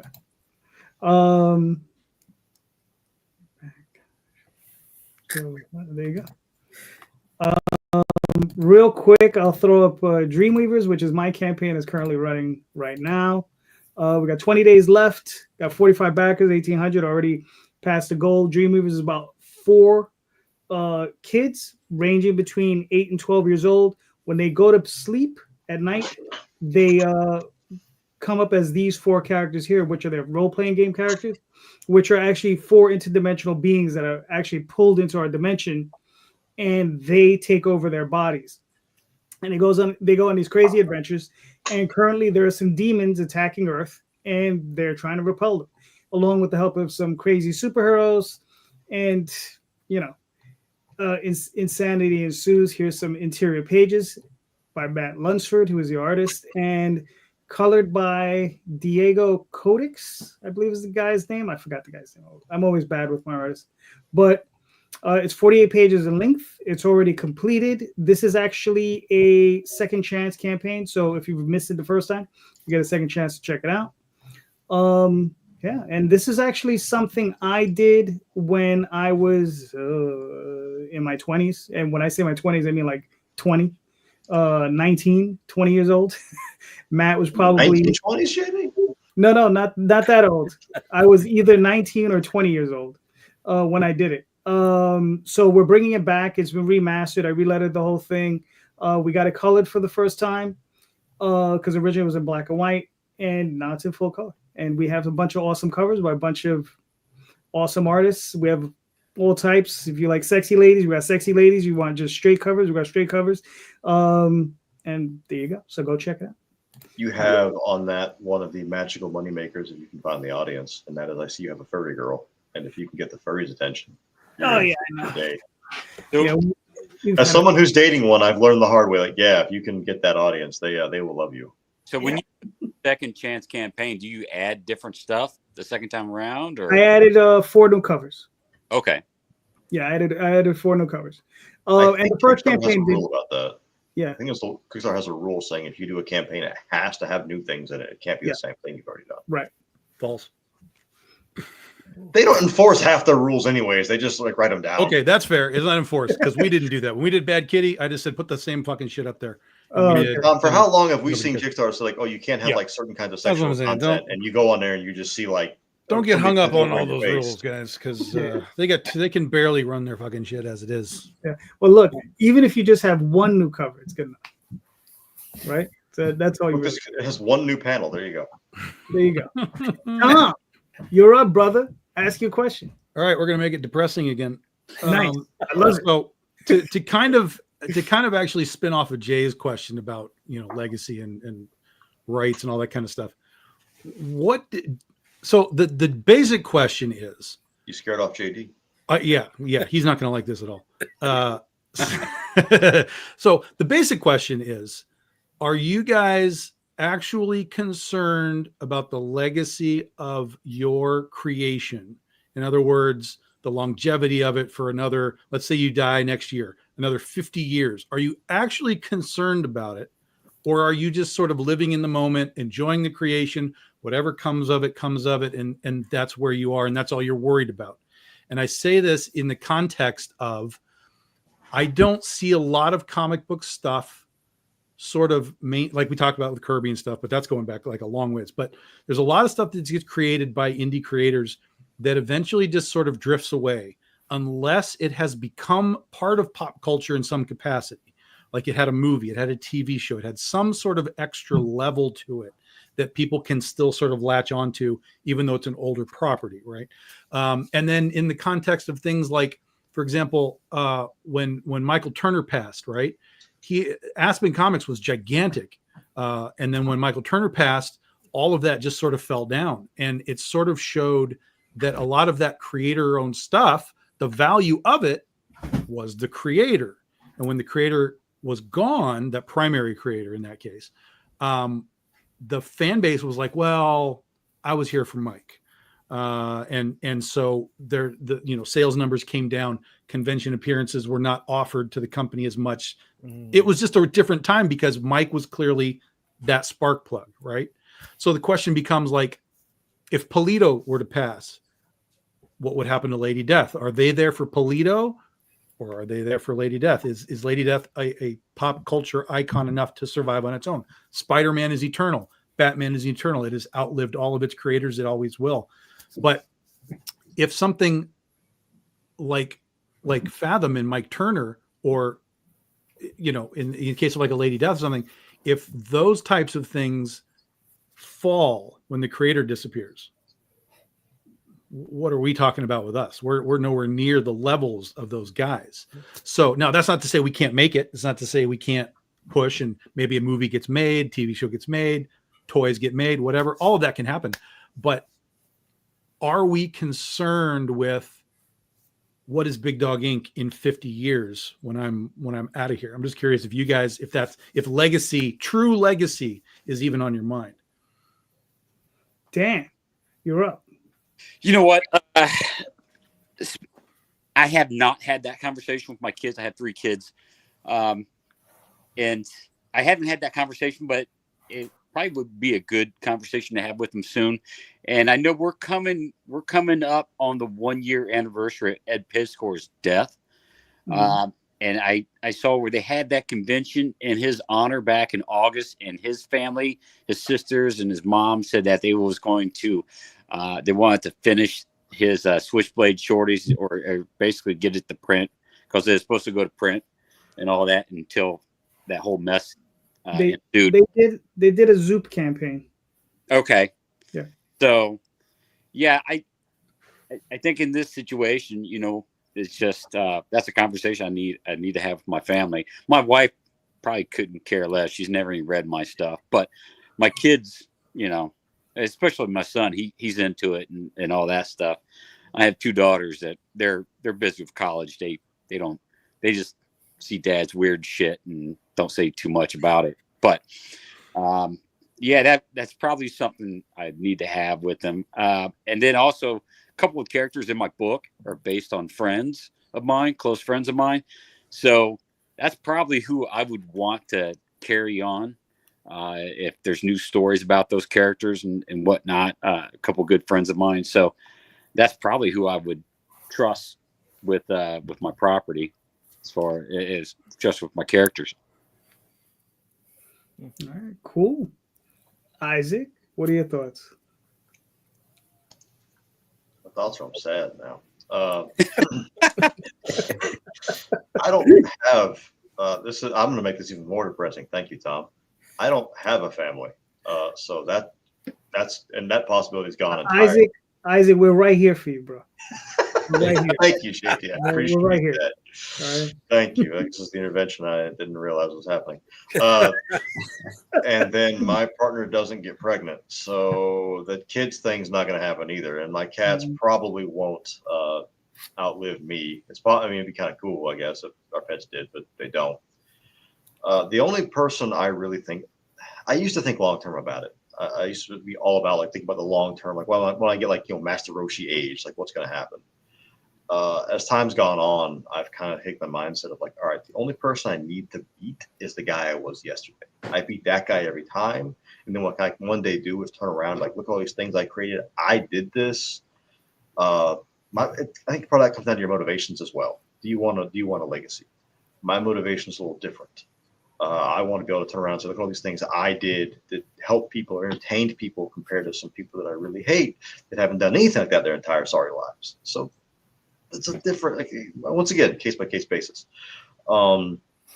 If it, let's say hypothetically speaking, if anything ever happened and I did do not household name level, but maybe like Polito level or something like that, I would at that point in time, I'd probably just write will something to one of the people I've worked with that I know I can trust that has done a good job and been with me, just so they would at least get the money coming in. I very much love my team. Creus, Neela Fox. I mean, some of my artists take my last name when they come back to art. They like Neela Fox. Fox isn't her last name. She takes my last name when she works with us though, because we work so closely together. We try to do my best to take care of my team. My goal would be for them to have that legacy, them to live in mansions. I just want a cabin. So if I could make that happen, I'd call that a W. If let's say JD, I've had some health issues in the last couple of years. If I were to have a heart attack right now, I'd say, cool, take it. And the artists that worked on the books, tell them they can sell those books and make the money. And I hope they have a great life. That's the best I can do. Help somebody out. If I'm just because I died doesn't mean I can't still help somebody. So I would do that. And if worst case scenario, let's take the proceeds and let's give it to the veterans organizations. Let's help them out. Let's do something decent with it. Something that's a happy note, help people. Yeah. That's cool. Sean, what are your thoughts? I mean, so I'd love to say that I've thought legacy, but I mean, I'm only 2 years into it. I know I'm just trying to make sure that I don't lose money on stuff. I'm not going to make crazy amounts of anything at this point. My legacy is more showing to myself that I can do this. This is more a passion project that, pushing myself to things that I haven't done in the past. I've never written anything before I started The Fog Within 2 years ago. And now I don't want to stop and I just want to continue. So that's really the legacy of that. And the whole other reason why I started was to prove to my kids that you can do anything you set your mind to. My son's 10, my daughter's 4, and I want to show them that they can do whatever they think that they want to do in the future. Growing up, I never thought I would try anything other than, the 9 to 5 and have a family and support them and just do the grind. And that's like the typical things. But now I'm showing, you can do creative things. You can push yourself. And if they want to be an engineer, they can be an engineer. They don't have to go into retail like I did. So that's my legacy, I think. Fair enough. Jay. It's up to my wife, man. She knows how to find all the notes. She knows how to reach everybody, right? She could either hire freelancers to keep it going. She could hire friends to maybe help oversee it, but that's up to her. Can I throw a wrench in that monkey? Fuck. Yeah. You can throw a wrench in the monkey. Okay. So let's say you're both in the same car. and things don't go well, and neither one of you are here after that. What Wait, happens then? repeat that. What? Let's say you're both in the same car. Yeah. Things don't go well, and neither one of you are here anymore. So what would happen then? You know what? All right. Let me put it like this. Is this the time to mention JD put that big insurance thing on you earlier today? Yeah, bro. All right. So let me apply this to you. All right. I'm taking Tom's question, and I'm just gonna throw a flip on this. My cousin is a huge Transformer collector. You see what I got here? It's nothing. This motherfucker spends dough on the shit from overseas, right? On custom stuff, on people that like build stuff just off of 3D printers, right? Custom things, right? Remember the Starscream on the cartoon was just a triangle, right? He bought that kind of shit. I told him, motherfucker, you better hope you die after I do, because he's never let me touch any of his Transformers. And I said, if you die before I do, I'm going to transform every fucking one of them. And anyone that I break in mid-transformation, I'm going to leave that shit in your casket so you can be buried with that shit forever. Okay? So, Calderon, you better hope, motherfucker, that you don't die before me, because I'm going to have Oswald go on a fucking bacchanal, bro, okay? And be on the receiving end of everything from the Secret of Nim to Mickey and fucking in between, kid. All right, no, whatchamacallit, but going back to my stuff, right? When it comes to the Interceptor, there's a roadmap. If she wants people to follow it. If she, whatever, right? It ends up being public domain, but I also do not want to curse her with it either. JD, it kind of sound like you was wanting his stuff. No, I don't want it. I don't want his shit at all. No. But this is. I'm gonna go deep right now. For some of the folks that do this is a burden, right? You got to exercise your demons. You got to get it out there, and once you open up that door, it's really hard to close it. I don't want her to get hooked with that albatross around her neck, but if it's making fucking dough before I die, fuck yeah, baby, keep that shit going, get a little bite off of it. But if not, don't worry about it. Let it go into the ether, man. Okay, that's fair. For myself, I mean, I'm generally of the moment. I think of, like, again, for me, the biggest thing that I have going with these projects is completion, right? I want to complete these projects, right? The Oswald Chronicles, I think I have 44 stories in total that are part of that story, right? Overall, right? I want to get that completed, right? And if I get that completed, I'll be happy. Along with that comes Tall Tales. Tall Tales, the first arc is done. The second arc is 2 issues. We have 2 issues left. That arc will be done. Then I have to go in and finish the third arc, right? Once that's done, again, I'll be happy.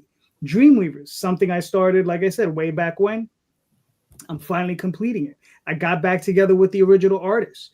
We came to an agreement. We're going to finish that 6-issue or 7-issue limited series, whatever it's going to turn out to be. So that, feels good to complete that. There's 1 or 2 other projects that maybe I'll go back and, revisit, but that's usually my thing, is completion, obviously, while I'm here, which is because my thing is, like, I produce individual comic books, and those are fine, and I like those. But my thing is, I like trades. And my big thing is, I want to eventually get to hardcover, volumes in full color. That's my thing, and I want to get it to that point. And I don't want just a little thin ass book. I want like that big, man. I want Chihuahua Killers. I want, like, cut that sucker off and, like, just murder anybody with those things. I just want them huge. But yeah, so that's where I'm at. And as far as legacy goes, the only thing I've ever given any thought to it is is maybe finding a charitable organization and say, look, it's set up so that like maybe it's on Amazon forever and it's on POD, and whenever a book sells, it'll go to your charity, right? And maybe you could set up something like that, so that way the work will always exist, it'll always be selling, and it'll go to a good cause, right? So Nice. there you go. Nice. So that's the only thing that I've ever really given it any thought to. So Tom, although I have to say though, what I am kind of hoping, if anything happens to Tom, God forbid anything happens, I want Tom to live forever. But something has happened. I want Critter, and I'm going to do some terrible thing. I'm only joking. Go ahead, Tom. Tom, before you answer, I'm sorry. I want to reevaluate my answer because I left it very depressing. I did because I forgot about the legacy aspect, and I forgot how I was affected by other people's legacies who did this for the work of it, right? Who did this to keep the lights on, right? And I was looking at G.I. Joe figures, right? I zoomed in to see what Sean had over there in the background, right? But I was inspired by a lot of G.I. Joe toys, right? And those guys just made Joes, right, to get their paychecks. But they created a legacy. It helped inspire my imagination. I would hope that when I relaunch the action figure campaign, right, in June, that we could get these funded. And somewhere down the line, the toys inspire somebody else's imagination. So if that's a legacy, yeah, okay, that's what I want to happen. I'm not going to be here to see it. Shit, even if I am here, I don't see how people are going to be playing with it, right? But if they can get this in their hands and whatever, this guy's fucking Batman, this guy's fucking Captain America, it doesn't matter, right? As long as it helps trigger them to do something, yeah. That I want that kind of legacy. I want to help inspire other people's imaginations and not take any credit for it at all. Just whatever. Get it out there. Can I just add something to that? I got to be honest with you. That seems very contrived. I believe the first answer. Tom. I'm curious why I like that, Jay. I like that a lot. That thought process of legacy being an almost pay it forward legacy. That somebody read something that you did, and then they in turn became inspired to make what they made. Like, that's really good. I like that a lot. That's an answer I've not heard from basically anyone in the legacy question that I've talked with people about. So that's really good. I like that. Thank you, Tom. Yeah. Have you not seen the movie by M. Night Shyamalan where he inserts himself as the guy who writes the book that inspires the greatest? I think it was the person who unites humanity. Have you not seen that? Which one was that one? Lady in the Lake, Lady in the Water. No one knows what that is. Oh, that was a bad one, bro. I couldn't get through that. But that one was tough, kid. Yeah, that was a tough. But I sat through it, and that was one of the portions of it. I'm still trying to figure out the eight sisters. Was it eight? I don't remember. It's been a while since I've seen it. It's been a while. Yeah, I can't. So for me, my creative journey was an FU to kick everything off. Because when I pitched Penny for Your Soul to 6 different publishers back in my early days, I didn't even get rejection letters. I got nothing. I got the cold shoulder. I got fuck off.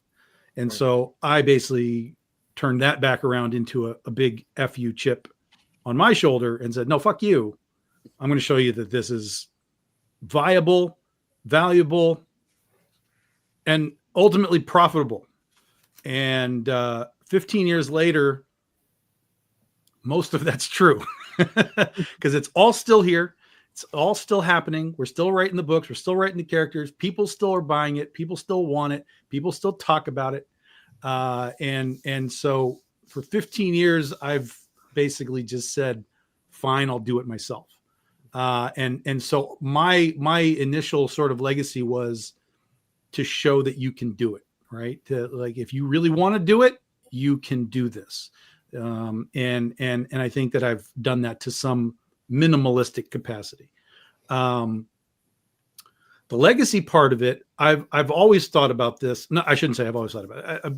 Recently I've thought about it because I don't have like a wife. I don't have kids. I don't really have a lot of that going on. So there's not really anywhere to pass it off to. I mean, I can pass it off to friends. I know people in the comic book industry. I could be like, look, you know how to deal with this. If you choose to, you can have this. So I can move it along. But then that brought me to the thought process of, would it matter that it keeps going? Because if I were to hand it off to somebody, barring me handed it to Robert Kirkman or something like that, if it goes to just another guy who's sort of at the same level as me, and he's like, well, we're going to make more Critter, would the fans even care?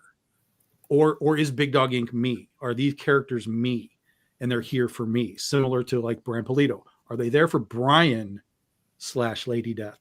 Or are they there for the entirety of Lady Death? And I don't know the answer to that. But from what I saw, what happened when Mike Turner passed, that's kind of always been in the back of my head. Like, God, like people just walked away. And it's not that they didn't like what they had. They just didn't want more. They were just like, I want the Turner stuff. I'm done. I've completed what that is. And I've moved on in my collecting, sort of experience. So if I were to move Big Dog Inc. to somebody else and they would be like, yeah, we're going to bring Big Dog Inc. back and, do this and that, would anyone care? Unless, again, there are sort of names attached to it, right? And I don't know the answer to that. So for me, I also kind of live in the moment. Like I'm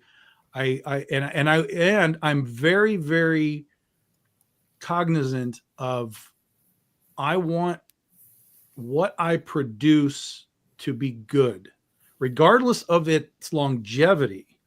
I want it to be good in the now, so that whenever anyone is supporting what I do, they're never disappointed with like the quality of it, right? They might not like the story or whatever. Like that's all storytelling, but the quality of it, the attempt of it from me, from my artist, from everything, I want that to resonate with the people that have decided to support me for however long they decide to support me. So, and if we can escalate that into like a movie or a TV show or something, and actually take a BDI thing and put it in real pop culture, that would be amazing. I would love that. And to be perfectly honest, that's sort of actively happening in the background. But if it doesn't happen, then when I do pass, I will at least have the sense of, I did it my way. I did it when the industry told me I can't, or that they didn't want me. And that really, I think internally would be enough when I'm done. But I love the thought process that JD had of, hey, let's put this somewhere and attach it to like a charity or whatever. And that way, even if they make a few $100s a year, at least something's happening, something exists, and there's a goodness to it when it's all done. I like that a lot. That was really good. Yeah. Looking at the Star Wars legacy, it seems like it has taken a hit ever since George Lucas sold it to Disney. Sure. Yeah. That's an example of a legacy that's just gone to shit now. Yeah. So, that's my fear. That becomes the risk, right? Now your name is synonymous with bad things. After you passed away, you had no control over it. So now everybody hates you. Well, no, I don't think that's the case. I think people just delineate, now they just say, I like this and this box of things, the original 3 or the original 6, because George did them all, whatever it happens to be. And they will literally just say no to anything that is done by Disney. I think we see that kind of a lot in films and franchise. We saw that with like Star Trek. People are like, I don't want the J.J. Abrams stuff. Just give me the original, run or whatever. So I don't think George is really associated with Disney Star Wars. I think there's a clear delineation there. And I think like if I were to give Big Dog Inc. over to like Robert Kirkman, let's say, who has a big name and he could do something with it, there may still be a delineation. Well, it's not what Tom did.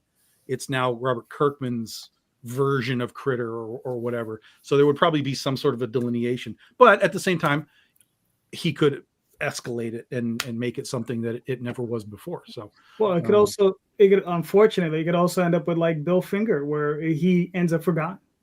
Yeah. Right. Yeah. Like He's not forgotten. Well, no. Well, he was forgotten for a long time. Yeah, he was like, there were a lot of people who did a lot of digging to bring him back. But, when you have Frank Miller and Brian Boland and Alan Moore working on your work, working on a character that you worked on, it's kind of hard to stand out, Right. above See, it. He got Wiley J. Draws. He said, imagine Bone by somebody else besides Smith. The Hellboy besides Mignola. But I get McNulty's it. already had Richard Exactly. Corbin and Duncan Fagretto. Duncan Fagretto, yeah. And Duncan, sorry, wow. He I don't want to say he's Perez, right? But I mean, he fills in the negative space that Mignola leaves out. Oh yeah, Duncan Fagretto. Yeah. Yeah, he's great. Right. And I'm not saying that Mike is bad. His use of negative space tells a story all in itself. Yeah. Right. But there's a but again, the thing is not, can it still be done and done well? It can. The answer is yes. Mm-hmm. But in the case of creator-owned work, when the creator passes, does the connection fade? Does it become sort of that Michael Turner effect where they're like, well, Mike's not doing it anymore, so I'm not interested as much as I used to be. Mike Mignola's gone. Well, I don't really need any more Hellboy because he gave me the best Hellboy, et cetera, et cetera, et cetera. Right. That's sort of the weird sort of question. If Todd McFarlane passes, does anyone care about Spawn and all of that anymore? All that kind of stuff. Well, does that have to do with like the machine that's behind it? I'm asking this because like Kirby's Fourth World stuff, his dark side is his dark side, right? Yeah, but that's DC. That is the machine. There's a broad. That's why Spider-Man is eternal. Batman is eternal. Everything Marvel and DC stuff, that's forever. They will always outlive their creators. But in the case of like a Mike Mignola, which is a great example in his giant Hellboy universe, are they there for? Is it an equal? Like, I want Hellboy, regardless of whether Mignola does it that particular time or not, or is it I want Mignola, and he happens to be doing Hellboy? It won't be equal at first because you're going to be held up. You're going to have to basically come up to a bar and see if these guys can get over it. So as we give you a chance, they're still going to say, "Can you reach the bar this guy had?" Berserk, we don't have Mayura anymore, but they're going to continue Berserk with his notes. Can these guys do what Mayura did? We don't know. Toriyama, we go into more Dragon Ball will never freaking end apparently, but is it going to be worth watching now without Toriyama's hand in it? The bar's high. Can you reach it? I guess part of that battle is proving that you can reach the bar.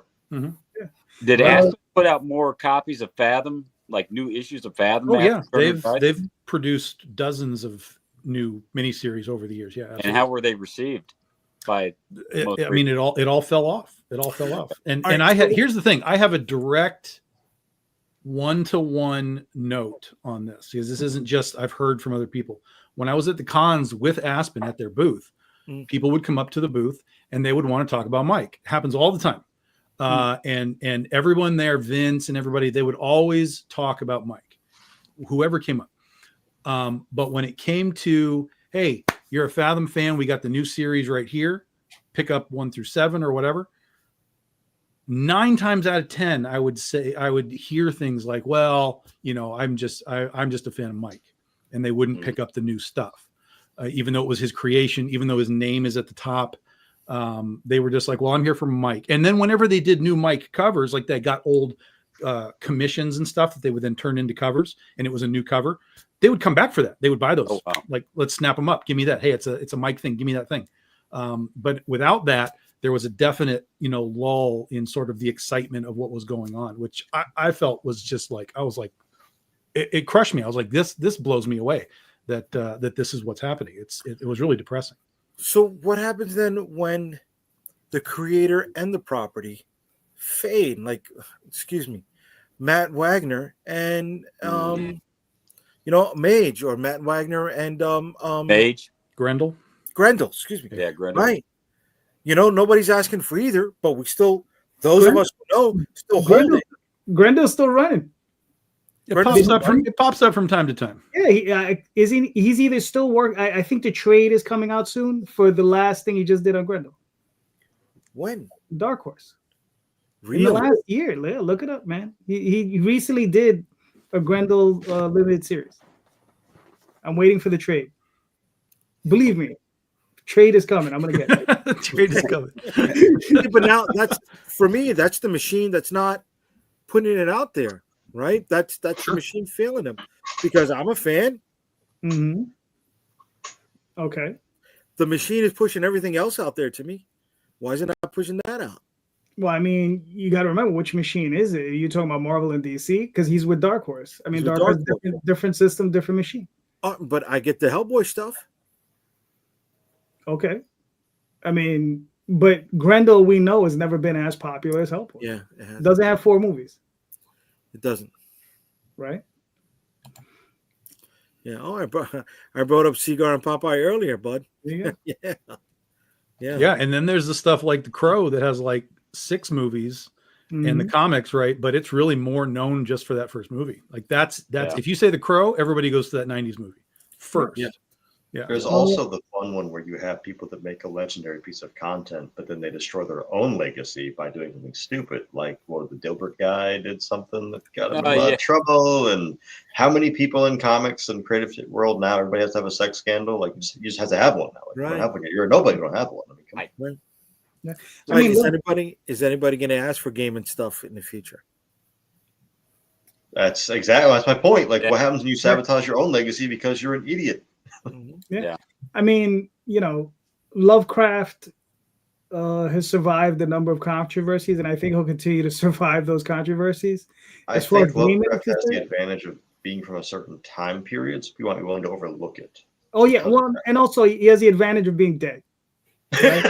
The advantage of being dead. That's his superpower. Yeah, I like that one. He's dead, so we can't really. He's not being attacked at the moment. All right, let's look at legacy. Let's look at legacy for a second. Why is it called, a Lovecraft award, right? That's it, and not a Shelley award. I think that there probably is a Shelley award somewhere. If you look it up, I'm pretty sure there's. Yeah, one. those names get just plucked out of. Yeah, I'm sure. Whoever wants to make an award, they just choose a name, and it's right. All right, but then is it that's a legacy though? Sure. Right. Yeah. Oh, absolutely. Is that a legacy? That it's like the Eisners, Right. What about creators that hurt their legacy over politics? I see a lot of politics, people's opinions about some of this dumb shit going on, and it's like, well, if you don't vote how I vote, don't buy my book. And I'm like, oh, okay, I don't really care. But I buy your book if I like it or not. I'm gonna book for it, but kind of seems like some people just want to die on that hill. Yeah. There's a mentality that I agree with you entirely, where to not go into to steer it a little differently. It's like I see around here like plumbing businesses, right? Like small mom pop plumbing businesses, but they have like a giant Florida Gators logo emblazoned on the back. I'm like, what are you gonna have when you get a call from a guy who's a big FSU fan? You show up and he goes, "Oh, no, I'm not hiring you now because I'm not hiring a Gator." Why do you want to deny a fan base? Like, what are you stupid? Right. What's wrong with you? So, that is a legacy of making dumb decisions, regardless of what side of anything you're on. It seems like this stuff has kind of, made its way into, DC and Marvel, and it's kind of hurt some of their stuff, some of their editor choices and some of the stories that they're telling. You can kind of see what they're talking about, and you're just like, I don't know. I think Michael Jordan wrote a book, Even Republicans Buy Shoes or something like that? No, it's in the Last Dance documentary. They asked him why he didn't endorse Democratic, senator from North Carolina, and his response was because Republicans buy shoes too. Yeah. Because he still wanted to sell Jordans. Yeah. But look, as a New Yorker, it's hard for me to buy anything, Bostonian, right? Yeah. Right? Because of the Patriots, because of the Red Sox. Yeah, Tom's a Charger fan. Anything comes out of California, I'll buy Charger shit. I don't care. Didn't you just go to Boston just last week? Shut the fuck up. Hold on. You got New York. You going to Boston. I going to Jags. Are you just trying to see if you can survive every rough city in the country? Like, is Philly on the list? Like, when are you going there? Shit, Is this Jay's survival tour? That's a 2-hour drive from you for a cheesesteak. Jacksonville's that bad? It's not that bad, is it? We have a higher murder rate per capita than Miami. Really? Wow. Yeah, no. So I'm going to be on the other side of the bridge. Depends on where you are. Like, what part are you in? So, like, it's isolated certain places. Yeah. Okay. All right. Well, gentlemen, we made it to hour 2. Thank you so much. You guys are all awesome. Let's start with Dan, please. Where can they find you and your work, sir? You know what? You guys can find me on Facebook at Mind Grind Comics. Nice. All right. Cool. Sean? So, of course, Recon, the little one, on Kickstarter for the next 5 days till Friday at 8 p.m., I think it is. but also on Twitter, on Instagram, on TikTok, on Blue Sky, on Reddit, and all those I'm under Sean Wood _writer, and Facebook. I'm not even sure what I'm called right now because it's it's the new thing. But if you search Sean Wood on Facebook, you'll find me. All right, cool. Sir Isaac. We are AT Foxy Comics with 2 X's, not 3, because we don't make that kind of content, despite what JD will tell you.